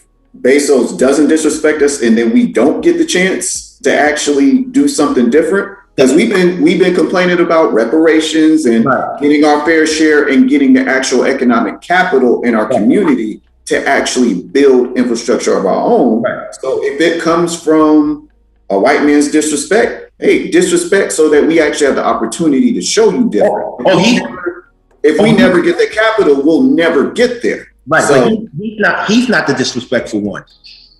We're going to see how we are disrespectful to each other if the money doesn't get used properly. And I'm an advocate of because I run a nonprofit. I'm an advocate of making sure that we give the money to institutions we can hold accountable when they allocate the money to particular services and programs that benefit the community. So I don't want to give it to an individual and with no restrictions, because the individual is going to keep that money. This is a social experiment for Bezos. This is a social experiment. So and I'm okay with that if it can give us the chance, because we don't have a chance without the social experiment. That's what I'm saying. It's giving Van a chance until he shows us otherwise, and he's not obligated to do that. He's not like Robert Smith, who went to Morehouse and said, you know what, this whole class, I'm paying your tuition for 4 years, so you don't have to come into the real world with debt. See, that he had conversations with the institution, and it was a thought out situation, right? Now you just do this and give it to one person. I don't know if that's going to be beneficial, but I can't tell a man what to do with his money. I just know when it comes to that amount of money, I would like it to be held accountable and have a destination, right? So here's the thing. He trusts these two individuals because from what I read, he wanted to give the money to, I forgot exactly how it was quoted, but basically he wanted to give the money to two people whose mission is to bring people together. Right, unify. Right, to unify us. And so if he believes that that's what Van Jones is, and I will say that is clearly Van Jones' mission, because he's trying to unify us with people that we may not really need to be unified with. That being said, it's only going to reflect on Van Jones and what his mission is and where his heart truly lies. It's not going to be an indictment on us Black people as a whole. It's not going to show us anything about who we are. It's only going to show us who Van Jones is, and that's the whole thing. Money is the great multiplier. So you give a man a dollar, and he'll show you who he is with the dollar. You give him 100 million, and he's just going to be more of whoever he is on the inside. Yeah. So my thing is, I get what you're saying, Rex, but if I feel, and Bezos is buying wings in museums now. Like he's buying a whole wing of museums, donating so it's named after him. He's buying institutions, halls, and other institutions. He's really making a legacy, right? I just wish that money, he did the same thing that his wife did when she did it. When she gave that money. Right. So, right. Imagine if he gave that money to Spelman. Do you know how the impact of Black women in our community if he gave that to Spelman? So how would women would have an issue? Let me say this real quick, Daryl, and I'm gonna toss it to you. As the resident Morehouse man on the stage, I would advocate that money go to all HBCUs, only because as a Morehouse man and from my Spelman sisters, some people believe that Morehouse, Spelman, and Howard, and maybe Tuskegee are the only HBCUs that are on the planet in the United States. It's not true. There are other HBCUs. Hampton. But I get your point, right? I just want to say that. Go ahead, DB. It's on you. So here's my pushback on this. I think Bezos could do whatever he want to do with his money. Exactly. I agree. So, but I think it would have been a little bit genuine if he would have did it anonymously. Ooh, I didn't think about that. So now what he has done, he has put the microscope on those two individuals to see how they're going to allocate that money. Social experiment. Yeah. So I think with that being said, philanthropy is a wonderful thing. But see, Bezos is still considered new money. He ain't old money, he's new money. He just got a lot of it. Correct. So with that being at the end of the day, I mean, maybe I'm interjecting my own personal beliefs in this, and I'm gonna try to take myself out of it. I just think it's a little bit more genuine when it's anonymously done, and then it maybe 5 years down the road it comes out Jeff Bezos gave Van and old boy the money, and this is what they did with it. Right. As opposed to, even though they got the money, everybody gonna point back to Jeff Bezos. Right. Everybody gonna go get it. It's all for Amazon. It's all for Amazon. Look, so I feel you, but I feel like in this case you have to put it on Front Street so that the people you gave it to can be held accountable. Because if you did it anonymously, is Van Jones really going to tell people he just came up on 100 mil? Yo, but and who's going to hold him accountable? Because now all eyes are on him. Now it's going to be what you're doing with it. Right. As if you got 100 mil to Van Jones and he does nothing and Bezos never admits it, no change happens. And there's no one to say, hey, I remember when Jeff Bezos gave you that money. What you do with it? Maul, I agree. Maul, I agree with you on that. But at the same time, Van Jones has been consistent with his character across the board. Wow. So, again, like Wes said, give somebody some money. Give a man $1. This is who he is. But give a man $100 million.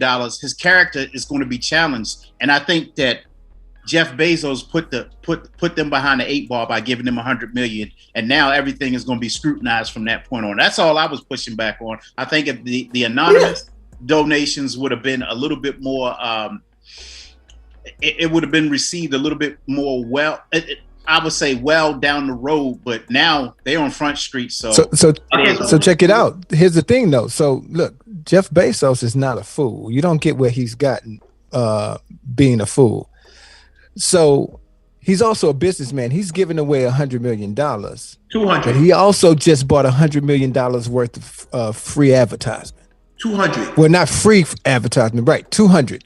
He just bought $200 million worth of advertisement, and he's being advertised right here on Ask a Black Man Anything. Yeah, but see, here's the thing. One thing we have to realize too is that Jeff Bezos, by doing this, when people donate money, like my family, we donate money to several organizations in Brownsville, East New York, and we're in partnership with CUNY, which is the City University of New York, as well as NYCHA, which is New York City Housing Authority. So we give money to those two entities, and I named it after my father. And the reason I did that is because the same reason why a person would name a building after his father or his last name. It's just for legacy. Kind of like what Wes says, marketing. It's legacy. But every time you think about something, you're gonna remember this name. It is philanthropic, but Darryl was right. It is based on ego as well. It is based on ego. So, but if the money helps us, does it matter why the money? It doesn't matter. It doesn't matter. That's all I'm saying. I don't care as long as it works out for us. Cool. Keep doubting us. Keep disrespecting us, nigga, so we can build our shit up. So here's a question for you, King. Yeah. What do you think about what if the story was that he offered the 100 million and Van Jones said, what would we be talking about if Van Jones declined the 100 million and said, nah, I'm good, and all of that was public? So he offered both guys unrestricted. He's going to decline an unrestricted grant. Yeah, I'm saying what would our conversation be in that case if he had said, hey, I don't want you to give me this money. My community, we're gonna get it out the mud. We don't want your money. You're so funny. Nah, I think he'd be a fucking idiot. But at the end of the day, it's like I like what Bezos did. I just feel that I would like to know the thought process to why they did it to Van. We all know what the thought process is. It's a tax write-off. Stop playing. No, but why him? But why him? Well, he's. King, do you think it would have been better giving it to somebody else like Jamal? Jamal would have gave 98 million back to the community and kept 2 for himself, right, Jamal? No, he wouldn't have. Jamal, we would never seen Jamal again. No, y'all see me around because I ain't trying to have no target on my back. Most of that money y'all getting. Uncle Sam, y'all ain't coming for me. IRS, y'all not coming for me. I'm not doing none of that. So would it have been better giving it to like a LeBron James who opened the school? You know, who's paying for tuition? Would it be better to do something like that? Well, here's the thing. The problem with that though is that LeBron James got bread. Van Jones is doing well, no doubt, but he don't have LeBron James money. Van Jones is still a journalist. Right, but what I'm saying, I think it would have been. Wait. Journalists make money. Certain journalists make a little bit more money than you think. Like, to that point, Wes, do not be surprised at tomorrow's headline when longtime CNS correspondent Van Jones quit today. So, oh yeah, for sure. I think the honorable thing to do would be for Van Jones to say, I don't want that pressure. You know, I don't want that responsibility of you just dumping off money into my hands and now I'm responsible for it. Because for me, it's like when if you tell me you giving me $100 million and I can do whatever the hell I want to do with it, like what? Like that's like, come on, it's a social. It's like, you ever saw that movie with Eddie Murphy when that rich guy did like a social experiment with someone that was homeless? Right. This is what I'm thinking. It's like a social experiment from a billionaire. And so my thing is, Shahid is right. What Jones should do is, you know what I'm going to do? I'm going to take 50 million or 75 million of that, and I'm going to go around and donate to different schools and call the Bezos Jones Institution in different HBCUs or different schools. Like, just donate it so it can help out more people. It just shows. See, here's the thing, though. Oh, go ahead, Shahid. It just shows how out of touch Bezos is. Right. Like, you didn't have nothing. You didn't have no. You're the wealthiest man on the planet, and you're not in tune with where you can funnel this money to do for a good cause. Like, I have no idea how Van Jones is the recipient of that. So here's the thing, though. We got to keep in mind. First of all, we don't know what else Bezos is donating to that we're not aware of, right? Yeah. So we do have to give a little space there. That's true. And he donates a lot. He donates a lot. And he's got to be donating somewhere because he's got too much money to hold. So a lot of that donations, that philanthropy is also for tax write-offs. Right. So he's definitely dumping money other places. And I'm sure they're good causes. They're probably not black causes, but they're still good causes. You know what's so funny? Everybody that was in that space shuttle with him wasn't black or brown. Right. And there was one person that was on there that was 18 years old because there was someone that was supposed to go, but they couldn't make it. So that 18-year-old father paid millions of dollars for him to go on that space shuttle. But let's keep it 1,000 though. Ain't no niggas getting up in no space. We're not. I saw the Challenger blow up, nigga. No, we're not doing that. No. We're not doing that. But there was no black or brown person in there, black or Latino. Right. And you know what? So what happens is, do you not see what this is saying? Like, yeah. Like, it's saying like, we're fuck taxes. We're going out of space, and when we come down, we'll give you a person from each of y'all communities $100 million, and go and play with that. Yeah, you know what? Respectful. Randolph and Mortimer would keep it a buck, and they'd have put Eddie up in the front and have him horse teeth and laughing and all that stuff. But yeah, I think they really that social experiment is a big petri dish. I think it was disingenuous to do it the way that he did it, but he is Jeff Bezos, and he's filthy rich, and he's just throwing it around like whatever, man. What he should have did was he should have went around the country. I would have went around the country, and I would have put a lot of young, aspiring future doctors and lawyers through college Right. In the strip club. I knew it. That's why I was so quiet. We was waiting for. I knew it was coming. Yeah, but anyway, it's just good the fact that on Ask a Black Man Anything, we can discuss topics like this that really mean something, and also shows our perspective on philanthropy, because that's one of the things our community is missing. We're missing those who are philanthropic at heart, not just with their pockets, who want to give back to our community. With sincerity. So I'm just glad we got to talk about that. But another thing too, do I have time for, are we still going on? Somebody's in queue. I have one more topic. You good. You got your one more. All right, thank you. So here's another topic. Nick Cannon. Oh my God. Nick Cannon. He has 4 children. He gave birth to 4 children this year alone. I think he has 7 total. And he is impregnating beautiful women left and right. He has the money to take care of them, right? Do we fellas think that he is moving with integrity and is he doing the right thing? One, he says he might not be on this earth too long, so he decided to keep his legacy going by having children, but he's not marrying them. So I find that to be a big issue. I find it to be a super big issue because I think when men have multiple children by different women, it's hard. Even if you're financially capable of taking care of them, it's really hard for you to give them that emotional and mental and time to their development. They suffer in regards to development because they spread out. I agree with that. And then one more thing, Chris. Also, it's disrespectful because I'm seeing the only person he married was Mariah, because Mariah was the only one that's really on his level. And I'm starting to notice something outside of that I believe that men nowadays, we are not marrying women unless they really on our level. Like, it doesn't make sense. Like Shaheed said, it doesn't make sense to get married nowadays.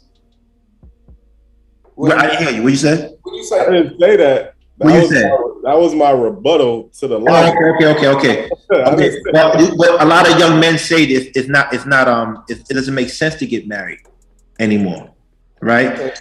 So we men are just having kids. We becoming successful and having money and just having kids, and we're neglecting the traditional Black family. And Nick Cannon, in my opinion, is leading the way. How do you feel about that? So I think that, and I watched the video. He did an interview where he talked about, he was supposed to be gone a while ago.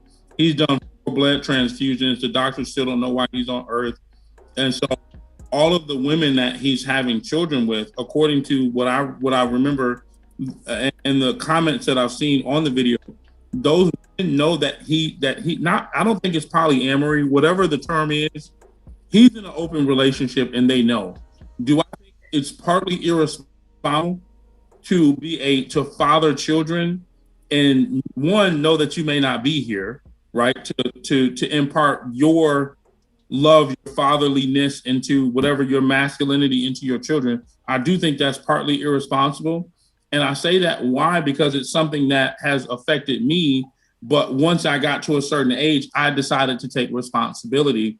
And so I no longer blame my father for what he did or did not do. I take responsibility and say, okay, that did happen. It's now up to me to what I need to do and the experience that I need to create for myself. So I can identify with being a kid with a father who had 9 children and who was absent for the majority of my life. Now, it took me to 35 to reconnect, but that's a whole other story.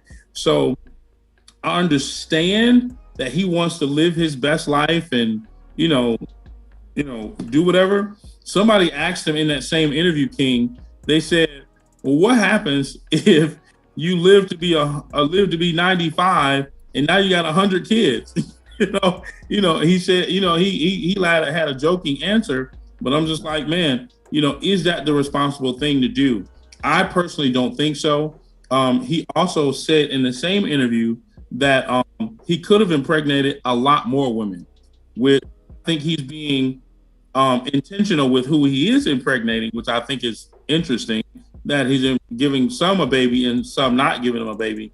But I'll let you guys toss that. Let you guys chew on that one. Go ahead. I'll chime in because I really used to. I used to look up to Nick Cannon. So back to his All That days on Nickelodeon, because we literally kind of have the same story, same age. So I really looked up to him as far as like his hustle, ambition, and things like that.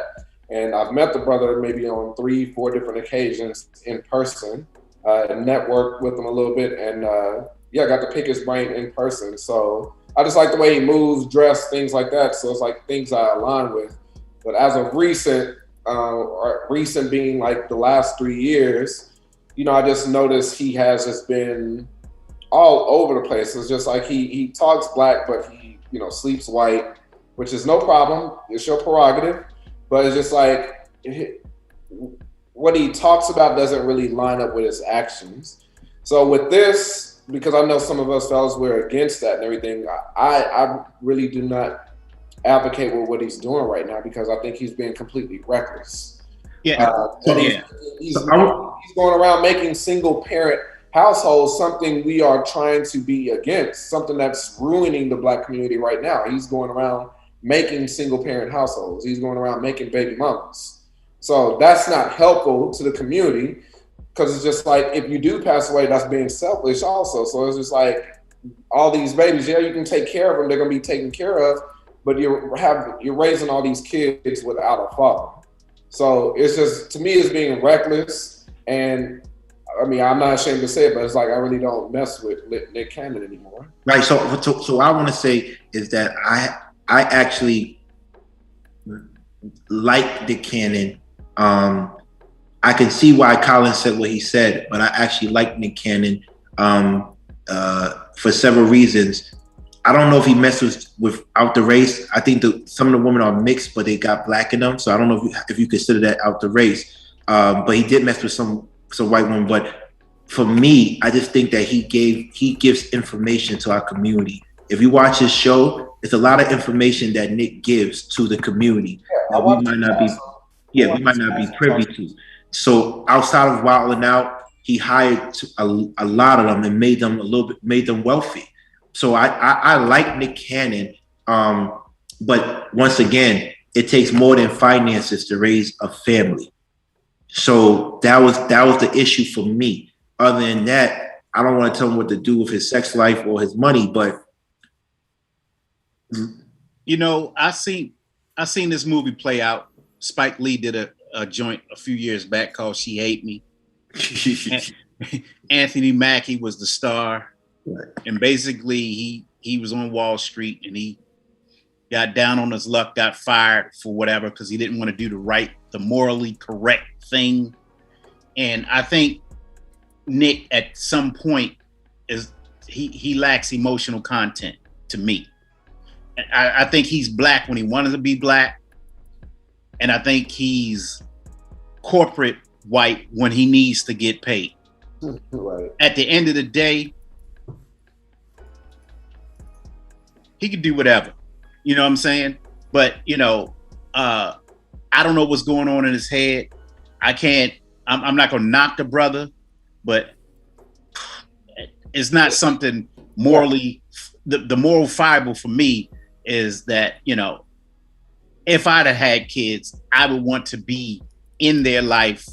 I'm not saying that he's not, but what I'm saying is the cohesive unit in one family, that's a whole lot of mass confusion, and it just doesn't work for me mentally.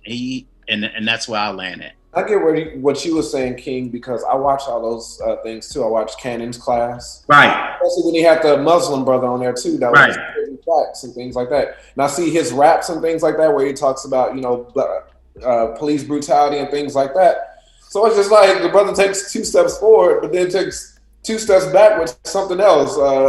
Whether it's him going back on, his stance on, the Jews and things like that. Then it's like he doubled back and then start apologizing like crazy. It's like, dude, hold to something. Let me ask you a question. Last question, because we got to switch topics. If you knew you only had 3 years to live, would you impregnate go wild like that, impregnate woman? No, because I'm looking at the bigger picture. That's why I say so. It's just like he's going around. Every action has a consequence. So what is the consequence of his actions right now?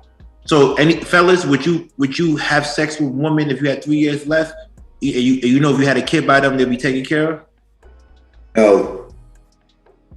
No, I'm too much of a responsible father. That off of my Christian principle. So if I know I'm about to go meet the big man, I'm definitely not going to be just going around this. Anyway. Go ahead, Shan. Sorry about that, Chris. No, you good. Go ahead, Shan. So I guess I disagree with all of y'all. I think what Nick is doing is just fine. And here's the reason why. Because I think the problem with the community is unplanned pregnancy. You know, it's called Planned Parenthood, right? He's not future. He's not future out there having babies with random chicks and slipping up and not wearing a condom and oops, I guess I'm pregnant. Let's do a pregnancy test. Fuck, I got another baby coming. This is a planned pregnancy. And so with the way you guys are dismissing him and the way he's setting everything up, it's almost like you're dismissing any woman that wants to go to a sperm bank and have a artificial insemination. Because if that's the case, then you guys don't believe in that either. If you take a woman that says she's 35 years old, and I'm not sure, I don't know the details of the women that he's having children with, but if you take a woman 35 years old, she's single, she doesn't see any man in her near future, and she wants to have a child, she has the money, she has the means, she has the job, she's a physician or whatever. She makes plenty of bread, has a nice family network, and she wants to have a child. And so she goes and has a kid. She goes to a sperm bank. She gets herself impregnated. She has a child. Basically, you guys are saying, well, what the hell is she doing? Why is she doing that? I have no problem with women that do that because that to me is a planned pregnancy.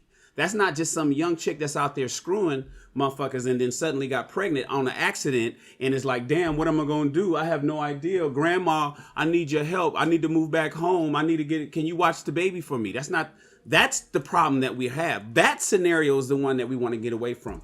Planned pregnancy is not necessarily a bad thing. I don't think it's a bad thing at all, actually. I only want to say not necessarily. It's great. And many women do it. I have a friend that she's a doctor. She graduated from UCLA. She couldn't find a man. She wouldn't select it. And I guess she got to pick out the race and all the other kind of stuff. And she had turned around and had her baby. And her baby is doing just fine. And it's just her and that baby. Plenty of bread. Well, Nick is not out just banging chicks like Future is. He's not out just smashing chicks and just getting them pregnant on accident. In fact, what I think you guys have selected is that he has specifically picked out the women that he's talking to. So it's not like, hey, I'm just out here partying, sniffing coke, and banging a bunch of chicks, and oh damn, I guess I got 6 of them pregnant this year. And no, he's specifically having children with specific women. That's no different than those women going to a sperm bank. Those women know they are not pregnant one day, and they know they're going to get pregnant. And instead of picking a catalog and just picking out somebody that they think, oh, he's this tall, he's this race, he comes from this background, has this kind of education, and they're selecting that sperm in that little petri dish from a catalog at a sperm bank, they're picking Nick Cannon. And what's different than the sperm bank is, along with who we know is going to be the sperm is coming from, like we don't know over at the sperm bank, we also know that financially we won't have to worry about it.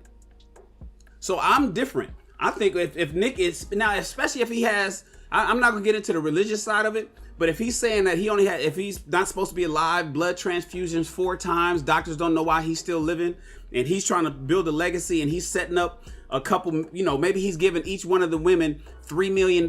He said, okay, cool. 6 women, I got 12 million.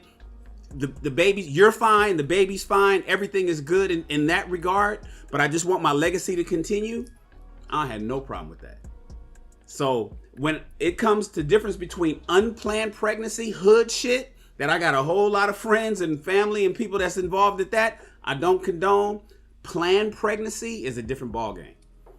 So yeah, for me, I don't have enough information on any of it, so it's just like what it is for me. But what's happening is we're assuming that he's just getting a bunch of women pregnant and just giving them money and saying, all right, my understanding, I'm not really a huge Nick Cannon fan, but I do understand him to have some level of intelligence.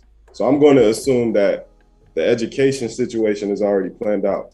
I'm sure he already has some type of fatherly figures in place for these children. If he knows his health, I didn't know anything about him not being here in the future or whatnot. So I'm going to assume that he has some type of fatherly figures in place, whether it be his brothers, his uncles, type of kin. Right. I don't think he just nutting in chicks and like, here like goes Future, $2 million for you. Or whatever his name is. Ain't that his name? Future with having babies with chicks, and it's like. Let me ask you a question. Shannon and Shahid. So are you saying men who have accumulated a certain amount of wealth have the right and luxury to have planned pregnancies? I don't even think you need to have wealth. He's out there with the answer is yes. Job making babies. But I don't even think you need wealth to do that. If you have that's the whole point. That's the whole point. If he wasn't wealthy, it'd be wrong. No, it wouldn't. What I'm saying is if you have a plan in place and that plan puts your child in position to succeed in life, have at it. Well, I don't see the issue with that. Yeah, it's not the fact that he's a millionaire or a multimillionaire and is planning his pregnancies. Discussing it with the women that he lays with, and they are coming up with something, and they got things organized and they're figuring it out. Well, let me jump in real quick, guys. A man making less than $40,000, how can he plan a pregnancy and have the child to be doing well? Like how probably can. King, to your point, wealth plays a part, right, in this situation, but at the same time, we can debate minutia and the details at best, but where we are at this point is, we can go around and around and talk about it forever, right? And so while I appreciate the topic, I do want to take a moment here while we're still here to thank everybody who is currently on Clubhouse and still in the room. If you're on YouTube or Facebook Live, we want to thank you all for joining us on YouTube Live and on Facebook Live. And here that I want to share with you all that I sort of mentioned last week, a week before last when we were on live, is that if you're a single mom and you are currently struggling, or you have an unmet need, we are not just going to be Ask a Black Man where you can come up and ask us anything. We're also going to be philanthropic, where we're also going to do our best to try to support our community. So here's what we want you to do. We want you to message us either on Instagram or email us at askablackmananything.live@gmail.com in about 100 words or less, because we probably won't be reading forever, right? Tell us your situation, and we're going to give you a donation of about $350. And we're starting that, I believe, in August. And I'm going to say it again, Ask a Black Man Anything.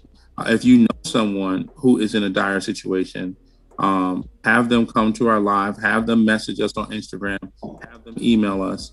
I'll make sure the email address is on the Ask a Black Man Anything Linktree link, so that you can message us. We're going to do it once in August, and then we'll do it again later on at the time of our deciding.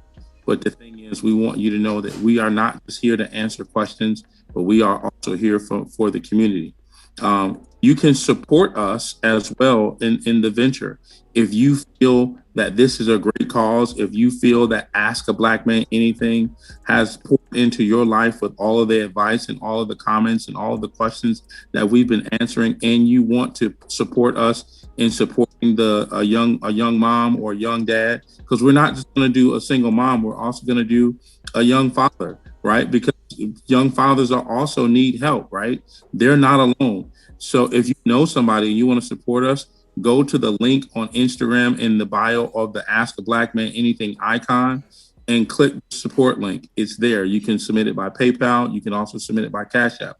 It's in the link in the bio. And with that said, I want to thank you all for coming tonight and enjoying us here and asking those questions. You guys make this show drive, and we welcome you all to be here. We thank you so much for being here. We thank you for being in the comments. We thank you for being a part of our great conversation. And we appreciate you. Because if you weren't here, we'd be dead broke and plus naked, as Chuck Rock said. With that being said, I think we got Shahid's high horse.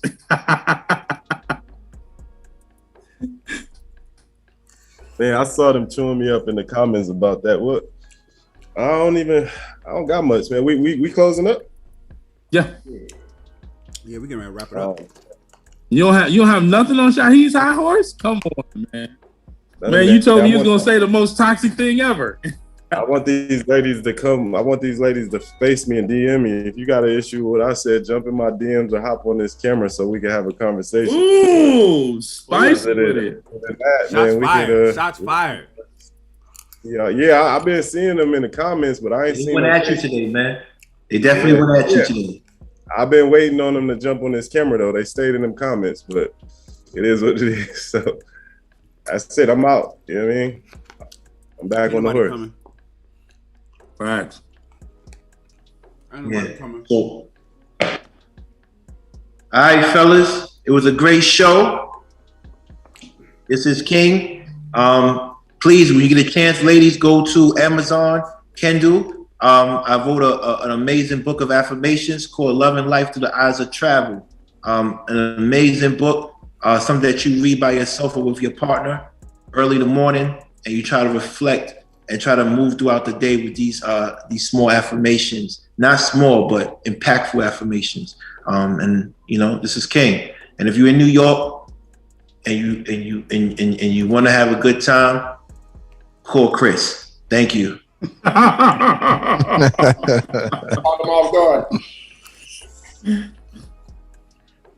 That's funny. Go ahead, Jamal. Yo, great time being with the fellas again, man. Just glad to see everybody here. Shout out everyone in the comments, everyone on Clubhouse, everyone that tuned in. We did it again, man. We're going to be back for another one next Thursday. Please rewatch the video, comment, like, share it with the people that you know. And we're going to keep this thing rolling, and I'll go ahead and toss it on to Colin. Yes, as always, enjoy these rooms, sharing a stage with these fellas. And of course, we appreciate you ladies for coming on screen, asking us your questions. But yeah, looking forward to the next live, and I will toss it down to Harold. Is it on me? DB? I'll make it on you. DB from Be More. Always a pleasure to share. I'm inspired by the gentleman that I shared a stage with. I'm actually getting back into my 2 books that I've been writing. Stop procrastinating. I'm gonna try to get them out this year. And I got a lot of food for fodder, but then I got a lot of wisdom that I want to share. And most of it I actually been sharing in this forum and then on Clubhouse. So definitely be looking out for that. I love the fellas out here, on here, through here. We about to do it. And I toss it to my man, Wes. This is Wes. Fellas, I enjoyed it per usual. Only thing I just like to say is I like to mud wrestle. Preferably on Mondays and Thursdays, and in special holidays, Easter and Thanksgiving. Tell them where they can find you, Wes. In the mud. You can find me in the mud. Artistic IQ from on the IG. Mud. Shan. What y'all know about couscous? You know a lot about couscous. Yes, sir. Y'all don't know nothing about maybe some of y'all know about couscous. Like that's what's up. Who cooks? Do all of you guys cook?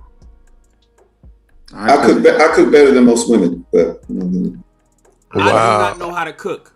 I do not cook. This is meal prep. I make everything. I make my breakfast. I make my lunch. I make my dinner. And soon you ain't gonna be making no food on your own. Man. I can make a peanut butter and jelly sandwich. I know how to make a bowl of cereal. That's about it. I know how to scramble eggs. That's about it. Sandwich? Shane, can you do your exit, your outro, sir? That was my outro. Oh, say less. Say less. So, all right, he didn't toss it to me. You ain't gonna leave me out. I don't even know what order. Go ahead. It's on you. No, we good. I should have actually yielded to see what smoking DBs mean, but we ain't gonna talk about that tonight.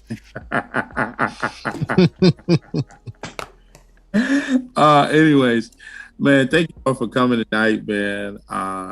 This thing is growing, and we want you to continue to be a part of it. I am your host tonight, Chris Davis, CEO of Pink Sip LLC.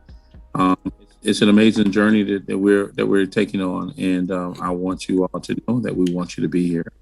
I am excited for you all to be here, so thank you for joining us in the clubhouse room.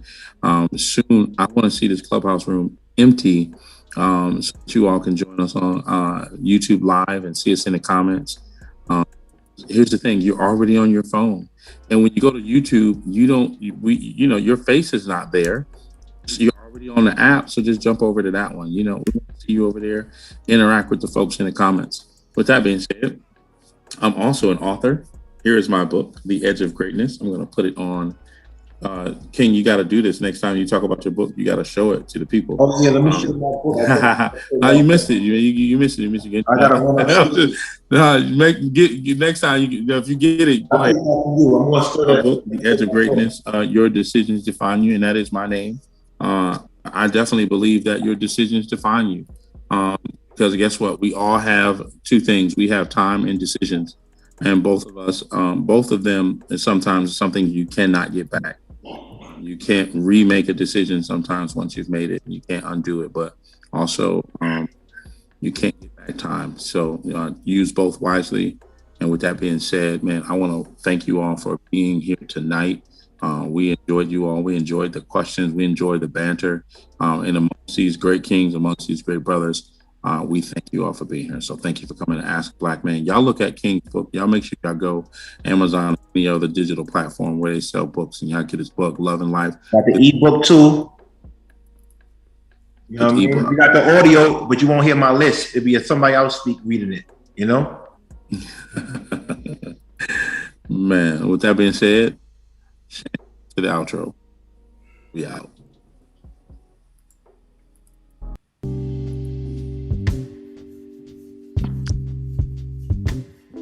Yo, fellas. Nope. So you mean to tell me y'all don't like the mud wrestle? Hey, yo. Come on, son. That's mud wrestle. Nah.